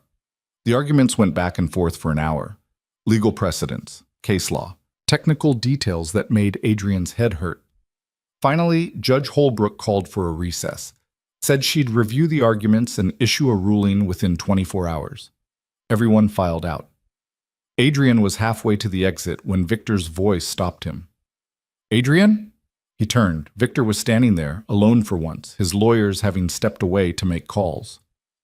"What?" Adrian said. "This isn't over." "Yeah, it is. You think a recording changes anything? You think some journalist's story is going to destroy me?" Victor smiled. "I've been in this game longer than you. I know how it works. Worst case, I do a few years in minimum security. Best case, I walk. Either way, I survive. Not this time. We'll see." Victor stepped closer, lowered his voice. "But here's what you don't understand. Even if I go to prison, even if you get your company back, your reputation's toast. Clients don't forget. Investors don't forget. You'll spend the rest of your life explaining why you almost got killed by your own partner. That kind of stain doesn't wash off. At least I'll be alive to try. Will you? Because accidents happen, Adrian, even to careful people. Is that a threat? It's a fact. You've made powerful enemies. Ortiz wasn't the only person I worked with, and some of them don't care if I'm in prison or not." Adrian felt Marcus's presence behind him before he saw him. Marcus put a hand on Adrian's shoulder. "Time to go," Marcus said. They left Victor standing there, outside the courthouse. Adrian's hands were shaking again. "He's trying to scare you," Marcus said. "It's working." "Don't let it. He's desperate. People say stupid things when they're desperate." That night, Sarah Chen's story went live. Adrian read it on his laptop while sitting in his empty house, whiskey in hand. She'd done good work. Thorough, detailed. She'd connected dots Adrian had missed, interviewed people he'd never thought to contact, and she'd laid out Victor's entire scheme in clear, damning prose. The headline read, "Betrayal at the Top: How a Silicon Valley Partnership Turned Deadly." By morning, it had been shared 10,000 times. News networks were running segments. Other journalists were following up. Victor's name was everywhere, and none of it was good. Adrian's phone rang at 7 a.m. Jim, his lawyer.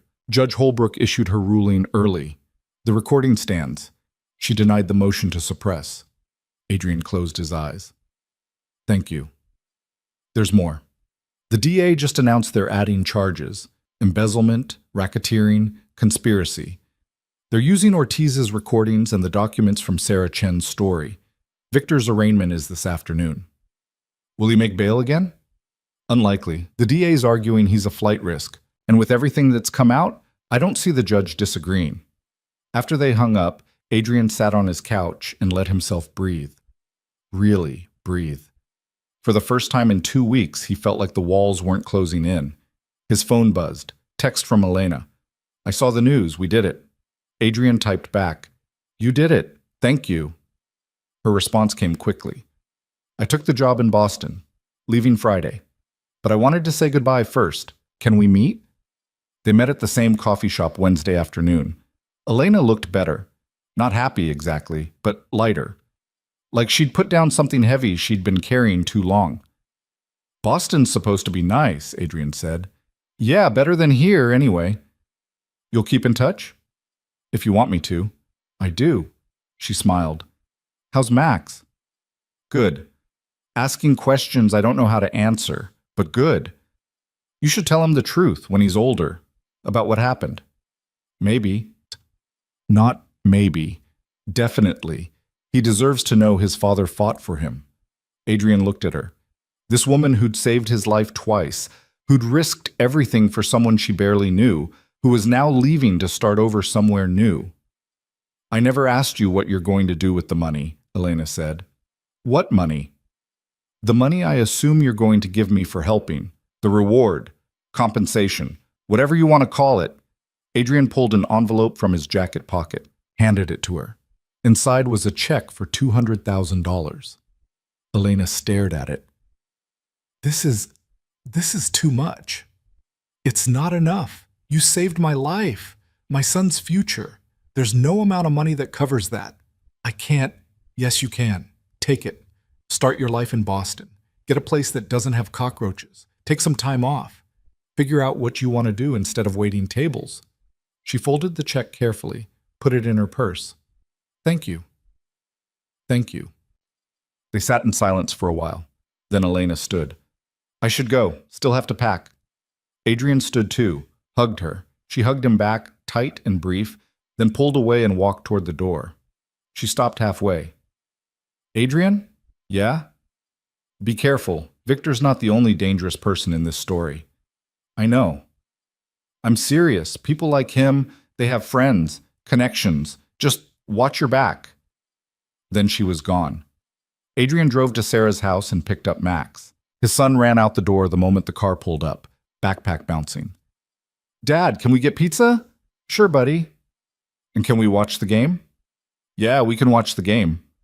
Max climbed into the back seat, chattering about soccer practice and a new friend at school and something that happened at recess. Adrian listened, really listened, and felt the tightness in his chest finally start to ease. At home, they ordered pizza, watched the game. Max fell asleep on his couch during the third quarter, and Adrian carried him upstairs, tucked him in, and stood in the doorway watching him sleep. His phone buzzed. Text from Marcus. Victor's arraignment just finished. No bail. He's being held until trial. Adrian typed back, good. Another text. It's over. You can breathe now. But Adrian wasn't sure it was over. Victor's words kept echoing in his head. Some of them don't care if I'm in prison or not. Thursday morning, Adrian returned to the office for the first time in a week. The building felt different. People stared as he walked through the lobby, whispered behind his back, but they also nodded, said good morning. A few even clapped as he passed. Diane was waiting at his office with coffee and a stack of messages. Welcome back, she said. Good to be back. The board wants a meeting. Investors are calling. And there are about 50 journalists who want interviews. Tell the board I'll meet with them tomorrow. Tell the investors we're stable and moving forward. And tell the journalists no comment. All of them? All of them. Except Sarah Chen. If she calls, put her through. He spent the day rebuilding, called clients personally, reassured them, made promises he intended to keep. By evening, he'd salvaged 3 contracts that had been on the verge of cancellation and scheduled meetings with 2 new investors who saw opportunity in the chaos. Progress. Slow, but real. Friday afternoon, his lawyer called again. We found Reed, Jim said. Where? Mexico. Living under an assumed name in a small town on the coast. The FBI is bringing him back to testify. Will he cooperate? He doesn't have much choice. They found the evidence he mentioned, hidden in a storage unit in Jersey. Documents, recordings, everything. It's all admissible. When's the trial? 3 months? Maybe 4? Victor's lawyers are going to drag this out as long as they can. 3 months. Adrian could survive 3 months. That night, he took Max to their favorite diner, the one they hadn't been to in weeks. Max ordered pancakes for dinner, and Adrian didn't stop him. They sat in the booth by the window, the same booth they always sat in, and for the first time in a long time, things felt almost normal. Dad? Max said through a mouthful of pancakes. Yeah? Are things going to be okay now? Adrian looked at his son, 6 years old, too young to understand betrayal and murder and corporate conspiracy, but old enough to know when his father was scared. Yeah, buddy, Adrian said. Things are going to be okay. And for the first time, he almost believed it. The calm lasted exactly 11 days. Adrian had started to believe in normal again. Mornings with Max, afternoons at the office rebuilding client relationships, evenings without checking the locks 3 times or looking over his shoulder in parking garages. He'd even managed a full night's sleep without waking up at 3 a.m. convinced someone was breaking in. Then Marcus showed up at his house on a Saturday morning with the expression Adrian had learned meant trouble. We have a situation, Marcus said. Max was upstairs playing video games. Adrian led Marcus to the kitchen and closed the door. What kind of situation? Thomas Reed's dead. The words landed like a punch. Adrian grabbed the counter to steady himself. How? Car accident. Wednesday night in Tijuana. Drove off a cliff on a coastal highway. Mexican police ruled it an accident, said he was drunk, lost control. You believe that? No, neither does the FBI. They were supposed to pick him up Thursday morning, bring him back for a deposition. Instead, they found his car at the bottom of a ravine. Adrian's mind raced. Reed had been the linchpin. His testimony would have connected every piece of Victor's plan, filled in gaps the recordings couldn't cover. Without him, we still have the evidence he left, Adrian said. The storage unit, the documents. Yeah, but documents don't testify. Documents don't tell a jury about conversations they witnessed. Victor's lawyers are going to tear those documents apart, claim they're fabricated, claim Reed could have made them up for any number of reasons. What about Ortiz? He's cooperating. Ortiz is cooperating to save his own skin. His credibility's shot. Good lawyer puts him on the stand, jury's going to see a career criminal trying to cut a deal. Reed was different. Reed was a civilian who got in over his head and wanted to make it right. Adrian sat down, felt that familiar tightness returning to his chest. Victor did this. Probably, but proving it's going to be impossible. He's been locked up for 2 weeks. No visitors except his lawyers. No phone calls except to his legal team. No way to order a hit from inside. His lawyers, then. Or someone he set up before he was arrested. A contingency plan. Maybe, but again, proving it, I know. Impossible. Adrian ran his hands through his hair. What does the DA say? They're still moving forward with the trial. They think they have enough without Reed. The recordings, the financial documents, Elena's testimony, the wire recording from the bar. It's not as strong as it was, but it's still solid. But not guaranteed. Nothing's ever guaranteed. After Marcus left, Adrian sat in the kitchen for a long time. Stared at the coffee he'd poured but couldn't drink. Thought about Reed, a man who'd made terrible choices, tried to make them right, and died for it. Thought about Elena, safe in Boston, starting over. Thought about Victor, sitting in a cell somewhere, probably smiling because his insurance policy had just paid out. His phone rang. Sarah Chen. You heard about Reed, she said. Yeah. I'm working on a follow-up story, trying to prove it wasn't an accident. You have anything I can use? Like what? Anything that suggests Victor had help on the outside. Phone records, visitor logs, evidence of a prearranged plan. If I had that, I'd give it to the FBI. Sometimes journalists can go places the FBI can't, and sometimes journalists end up dead in Mexico. Silence on the line. Then, is that what you think happened? Someone killed Reed to shut him up? I think Reed knew too much, and I think Victor's very good at making problems disappear. On the record or off? Off. Everything's off. I'm done talking to reporters. Fair enough, but if you change your mind, I won't. He hung up. Immediately regretted it. Sarah had helped him. She'd published the story that turned public opinion, that gave the DA ammunition to pile on charges. But Adrian was tired. Tired of looking over his shoulder. Tired of wondering who he could trust. The next 3 months crawled by. The trial date was set, postponed, set again. Victor's lawyers filed motion after motion, challenged evidence, demanded change of venue, argued jury bias. Every week brought a new delay, a new complication. Adrian kept the company running. Barely. 2 major clients pulled their contracts despite his reassurances. 3 investors backed out of the Singapore expansion. The board held a vote of no confidence that Adrian survived by exactly 2 votes. His reputation was intact enough to keep him in charge, but damaged enough that every decision was questioned. Max started having nightmares. Waking up at 2 a.m. convinced someone was in the house. Adrian would sit with him until he fell back asleep, then lie awake himself, listening to every creak and settling sound, hand on his phone, ready to call Marcus. Elena texted once a month. Brief updates. The job in Boston was good. She'd found an apartment, made friends, started taking night classes. She never asked about the trial, and Adrian never volunteered information. They both understood that part of her life was over. Then, In late June, jury selection began. Adrian sat in the courtroom every day, watched 12 people get chosen to decide whether Victor Hale would spend the rest of his life in prison. 7 women, 5 men. Ages ranging from 24 to 68. A teacher, 2 retirees, a software engineer, a nurse, a bartender, a graduate student, and 5 others whose professions Adrian immediately forgot. They looked normal, tired, bored, like people pulled away from their lives to judge someone else's. Victor sat at the defense table looking thinner than Adrian remembered. Prison food, probably. Or stress. His expensive suits didn't fit quite right anymore. But his eyes were the same, sharp, calculating. He caught Adrian's gaze once across the courtroom and smiled. The trial started on a Monday.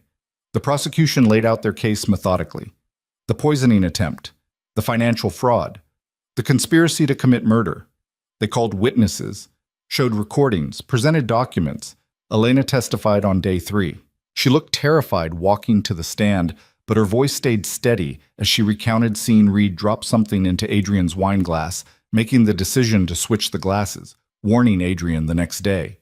Victor's lawyer cross-examined her for 2 hours, suggested she'd imagined it, suggested she'd switched the glasses for some other reason, suggested she'd fabricated the entire story for attention or money. Isn't it true, Ms. Brooks, that Mr. Vale paid you $200,000 after the arrest? Yes. $200,000 is a lot of money for a waitress, isn't it? It wasn't payment for testimony. It was, just answer the question, is $200,000 a lot of money? Yes. And wouldn't you say almost anything to protect that payment, to make sure Mr. Vale's version of events held up? Elena looked at the lawyer, then at the jury. I switched those glasses because I saw someone put something in a drink. I didn't know who Adrian Vale was, didn't know what it would turn into. I just knew that if I did nothing, someone might die. That's it. That's the whole story. The lawyer asked more questions, but Elena didn't waver. When she stepped down, Adrian caught her eye. She nodded once, then left the courtroom and didn't come back. Marcus testified on day 5, walked the jury through the investigation, the surveillance, the discovery of Victor's financial crimes. He was professional, thorough, unshakable. David Ortiz testified on day 7. He looked smaller than Adrian remembered. Prison orange didn't suit him. He confirmed everything the prosecution claimed: the meetings with Victor, the plans to poison Adrian, the backup plan to frame him for fraud, the attempts to silence Reed. Victor's lawyer tore into him. You're testifying in exchange for a reduced sentence, correct? Yes. So you have every incentive to lie, to tell the prosecution what they want to hear. I'm telling the truth. Are you? Or are you telling a story that keeps you out of prison for the next 20 years? I'm telling what happened. What you claim happened. It went like that for hours. By the time Ortiz stepped down, Adrian couldn't tell whether the jury believed him or not. Their faces gave nothing away. The prosecution rested on day 9. Victor's defense began immediately. His lawyers painted a different picture. Victor as the victim of a vindictive partner. Adrian as a paranoid executive who'd fabricated evidence to destroy a rival. They presented their own witnesses, former employees who said Adrian was difficult to work with, a psychiatrist who testified about stress-induced delusions, a financial expert who claimed the offshore accounts were legitimate business expenses. They couldn't explain the poisoning, couldn't explain the recordings, but they didn't have to explain everything, just create reasonable doubt. Victor took the stand on day 13. He looked confident, composed, like a man telling the truth to people who'd understand. He denied everything, said he'd never tried to hurt Adrian, never hired Reed, never conspired with Ortiz. The financial irregularities were accounting errors. The recordings were taken out of context. Did you ever discuss killing Adrian Vale, Srasase? The prosecutor asked during cross-examination. Never. Did you hire Thomas Reed to poison him? No. Did you orchestrate a plan to frame him for fraud? Absolutely not. Then how do you explain the recording from the bar? Your own voice discussing exactly that? I was drunk, talking hypothetically. Ortiz kept pushing me to discuss worst-case scenarios, and I engaged. It was stupid, but it wasn't real. Hypothetically discussing murdering your business partner? I never said murder. I said the business would be mine if something happened to him. That's not the same thing. And the poisoning? I don't know anything about that. Maybe Reed acted alone. Maybe he misunderstood something I said. Or maybe it never happened, and this whole thing is a misunderstanding. The prosecutor pushed harder, but Victor held his ground. He'd prepared for this, had answers for everything. By the time he stepped down, Adrian's confidence had taken a hit. Closing arguments came on day 15. The prosecution went first, walking the jury through the evidence one final time. They emphasized the recordings, the testimony, the pattern of behavior. They asked the jury to use common sense, to see the conspiracy for what it was. The defense countered, argued the prosecution's case was circumstantial, built on the word of criminals and people with financial incentives to lie. They asked the jury to consider reasonable doubt, to remember that in America, you're innocent until proven guilty beyond any shadow of uncertainty. The jury deliberated for 4 days. 4 days of Adrian sitting in his office staring at his phone. 4 days of Max asking why Dad seemed distracted. 4 days of Marcus texting updates that said nothing had changed. On the afternoon of the 4th day, the call came. Verdict. Adrian was back in the courtroom within an hour. The gallery was packed. Journalists, spectators, people who'd followed the trial like it was entertainment. Victor sat at the defense table looking calm. Too calm. The jury filed in. None of them looked at Victor. Adrian had read somewhere that was a good sign, but he didn't trust signs anymore. The judge asked if they'd reached a verdict. "We have, Your Honor." "On the charge of attempted murder in the first degree, how do you find?" "We find the defendant guilty." The courtroom erupted. The judge called for order. Adrian couldn't breathe. "On the charge of conspiracy to commit murder, how do you find?" "Guilty." "On the charge of fraud, how do you find?" "Guilty." "On the charge of embezzlement, how do you find?" "Guilty." It went on. 14 charges, 14 guilty verdicts. By the time the foreman finished reading, Victor's calm had cracked. He sat frozen, staring at the table, while his lawyers whispered frantically beside him. The judge set sentencing for 6 weeks out, thanked the jury, adjourned. Adrian walked out of the courthouse into camera flashes and shouted questions. He ignored them all, got in his car, and drove home. Sat in the driveway for 10 minutes before he could make himself go inside. Max was waiting in the living room. "Did you win?" Max asked. "Yeah, buddy, we won." "Does that mean the bad man goes to jail?" "Yeah? Forever?" "For a very long time." Max hugged him. Adrian held his son and let himself feel relief for the first time in months. It wasn't over yet. Sentencing still loomed. Appeals would follow, but the worst had passed. That night, after Max went to bed, Adrian sat on his back porch with a beer and called Elena. "I heard," she said. "It's all over the news. Guilty on all counts. How do you feel?" "Tired." "Yeah, I bet." They talked for a while. Small things, her classes, his company, the weather in Boston versus the weather here. Normal conversation between two people who'd survived something abnormal together. "I'm glad it's over," Elena said eventually. "Me too." "Are you going to be okay? Really okay?" "I think so. Ask me again in a year." "I will." After they hung up, Adrian sat in the dark listening to crickets and distant traffic. His phone buzzed. Text from Sarah Chen. "Congratulations. Interview offer still stands if you change your mind." He deleted it. Another text. "Marcus. Drinks tomorrow to celebrate?" Adrian typed back, "Yeah, sounds good." Sentencing day arrived 6 weeks later. August. Hot and humid. The kind of weather that made you question why anyone lived on the East Coast. Adrian wore a suit despite the heat, sat in the same seat he'd occupied throughout the trial. Victor was brought in wearing prison clothes. He'd aged noticeably.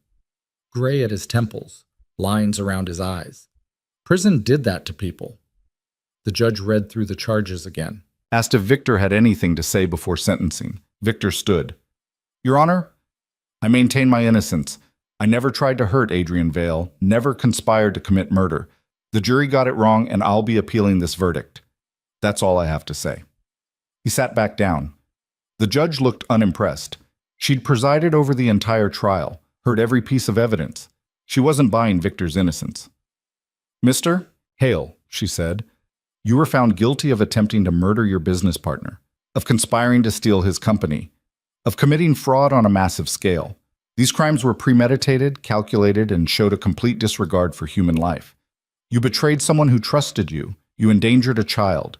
You corrupted others into doing your bidding. The court sees no reason for leniency. She sentenced him to 45 years in federal prison. No possibility of parole for 25 years. Victor would be 71 before he'd even be eligible for early release. His lawyers immediately filed notice of appeal. Victor was led out of the courtroom in handcuffs. He didn't look at Adrian, didn't look at anyone, just walked out like a man who'd already left this world behind. Adrian stayed until the courtroom emptied. Then he walked out into sunshine that felt brighter than it had in months. Marcus was waiting by his car. 45 years, Marcus said. Yeah.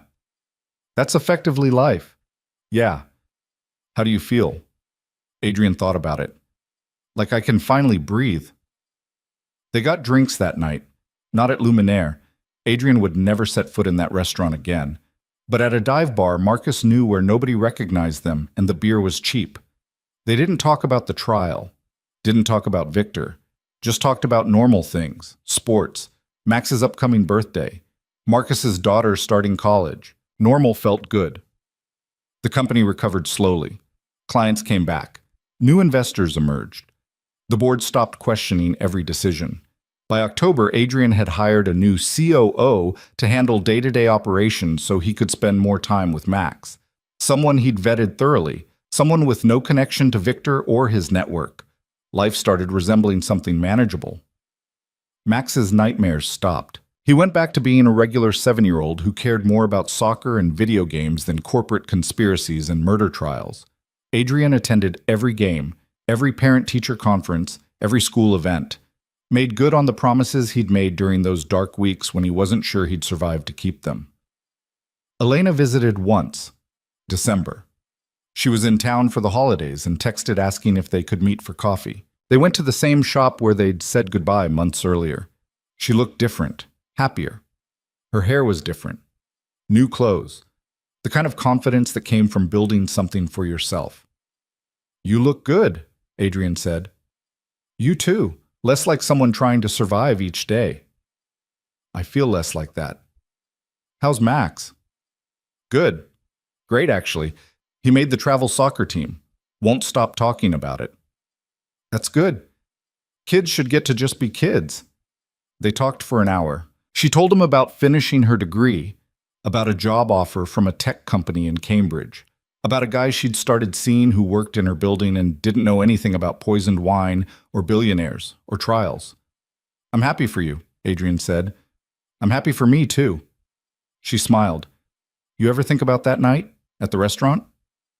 Sometimes. You ever wonder what would have happened if I hadn't switched the glasses? Yeah, but then I stopped wondering because it doesn't matter. You did switch them. Everything that came after happened because you made that choice. Would you do it again, the whole thing, if you could go back? Adrian considered.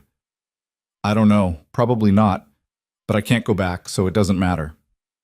No, I guess it doesn't. When they parted ways this time, it felt more final, like they were both closing a chapter. Elena was moving forward with her life. Adrian was rebuilding his. Their paths had intersected for a brief, intense moment, and now they were diverging again. That was okay. The new year came. Adrian took Max skiing in Vermont. They stayed in a cabin with no cell service and spent a week just being together. Max learned to snowboard. Adrian remembered how to relax. They built snowmen and drank hot chocolate and talked about nothing important. On the last night, sitting by the fireplace while Max slept upstairs, Adrian thought about the past year, about how close he'd come to losing everything, about the people who'd saved him, Elena, Marcus, Sarah, even Reed in his own complicated way. He thought about Victor, sitting in a cell somewhere, probably still convinced he'd done nothing wrong. He thought about Max sleeping peacefully upstairs, safe because his father had fought for him.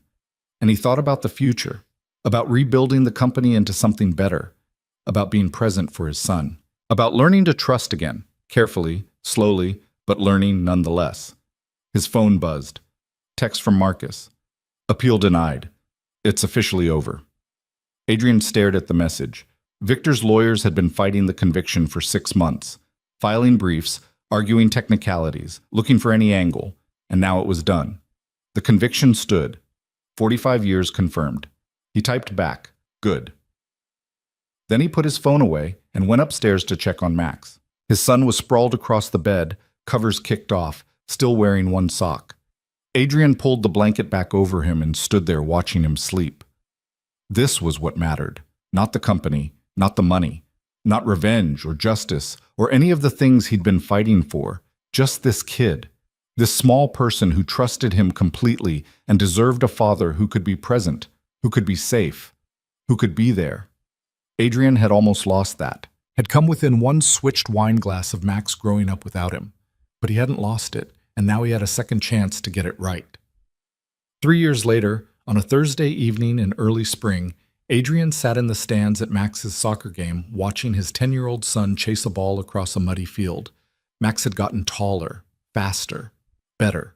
He scored 2 goals and spent the rest of the game grinning like he'd won the World Cup. After the game, they went to the diner, the same one they'd always gone to, same booth. Max ordered pancakes for dinner again, and Adrian let him. "Dad?" Max said. "Yeah?" "I heard some kids at school talking about that thing that happened, with your old partner, the one who tried to hurt you." Adrian set down his coffee. "What did they say?" "Just that it was in the news, that there was a trial. They asked if it was true." "What did you tell them?" "That I didn't know, that I was too young to remember." Max looked up. "Was it true? Did someone really try to kill you?" Adrian had known this conversation would come eventually, had rehearsed different versions in his head. But now, sitting here with his son, he realized the truth was simpler than any rehearsed speech. "Yeah," Adrian said. "It was true." "Why?" "Because someone wanted something I had, and they thought the easiest way to get it was to get rid of me."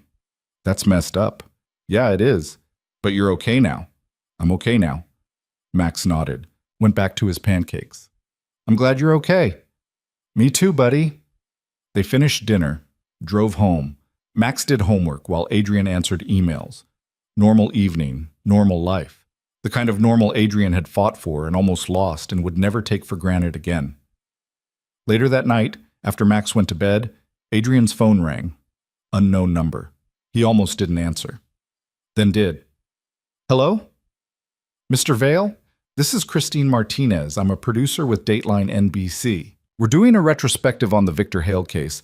I was wondering if you'd be interested in participating." "No. We'd make it worth your time. Tell your side of the story. Show people what really happened." "People know what really happened. It was a trial, public record. But your perspective, my perspective is private, and it's staying that way."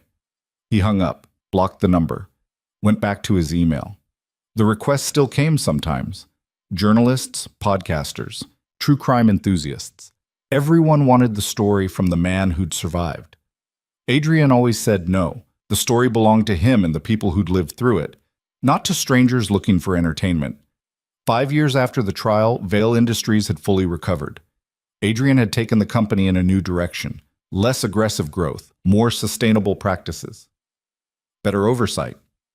He'd learned from what happened with Victor, had built safeguards to prevent it from happening again. He'd also stepped back from day-to-day operations, promoted someone from within to CEO, someone younger, hungrier, but vetted so thoroughly that Adrian knew her entire life story. He stayed on as chairman, but spent most of his time with Max, coaching soccer, attending school plays, teaching him to drive when he turned 15, being present for the small moments that made up a life. Max asked about Victor sometimes, usually after seeing something on TV or hearing kids talk at school. Adrian answered honestly, but without unnecessary details. Yes, someone had tried to hurt him. Yes, they'd gone to prison. Yes, it had been scary. No, Max didn't need to worry about it happening again. Elena got married, sent Adrian an invitation. He couldn't make the wedding. It was in Boston. On a weekend he'd promised Max they'd go camping, but he sent a gift and a note wishing her well. She sent a thank you card with a photo. She looked radiant, happy, settled into a life that had nothing to do with poisoned wine or corporate conspiracy. Sarah Chen won a Pulitzer for investigative journalism. Her series on corporate crime, which had started with Victor's case, had expanded into a year-long investigation that exposed corruption across multiple industries. Adrian sent her a congratulatory email. She responded with thanks and a promise to never ask for another interview. Marcus retired at 60, moved to Florida, sent photos of himself fishing. Adrian missed having him around but was happy he'd found peace. Victor remained in prison. Appeals exhausted. Sentence standing. Adrian never visited, never wrote, never gave him another thought except when Max asked questions. On the 10th anniversary of the poisoning attempt, Adrian took Max, now 16, to Luminaire. The restaurant had changed ownership twice since that night. New management, new chef. But the building was the same. They sat at a different table, different floor. But Adrian could see the corner booth where it had happened, where Elena had stood with a trembling hand in a choice that saved his life. "Why are we here?" Max asked, studying the menu. "Because 10 years ago, in this restaurant, someone did something incredibly brave, and I wanted to remember it somewhere it mattered." "The waitress who switched the glasses?" "Yeah." "You ever talk to her?" "Not in a few years. She has her own life now." "You should call her, say thanks again." "Maybe I will." They ordered dinner, ate in the kind of comfortable silence that came from knowing someone your whole life. Adrian looked at his son, nearly grown now, tall and confident and smart, and felt overwhelming gratitude. For Elena's choice, for Marcus's help, for the legal system working the way it was supposed to, for pure luck that had put the right person in the right place at the right time. Life was fragile. Adrian had learned that the hard way. You could build empires and make millions and think you were untouchable, but all it took was one person with bad intentions and access to a wine glass. What saved you wasn't money or power. It was other people. People who saw something wrong and chose to act. People who risked their own safety to protect yours. People who stood beside you when everything fell apart. After dinner, Adrian drove Max home. Helped him with calculus homework even though his own math skills were rusty. Watched him head upstairs to bed. Then Adrian went to his office, pulled up his contacts, found Elena's number, stared at it for a long moment. He typed out a message. 10 years ago today, you saved my life. I just wanted to say thank you again. Hope you're well. Adrian. He hit send before he could overthink it. 3 minutes later, his phone buzzed. I think about that night sometimes. Still can't believe I actually did it. Glad it mattered. Glad you're okay. Adrian smiled, typed back, me too. He put his phone away and sat in the quiet of his office. Outside, the city hummed with traffic and lives being lived, people working, people sleeping, people making choices that would ripple forward in ways they couldn't predict. Somewhere in that city, someone was probably plotting something terrible. Someone else was probably noticing something wrong and deciding whether to act. The world kept spinning, good and bad, in constant motion. But tonight, in this house, Adrian and Max were safe. The nightmare that had started at Luminaire had ended. Victor was in prison. The company had survived. And Max was growing into someone kind and thoughtful and brave. That was enough. More than enough. It was everything.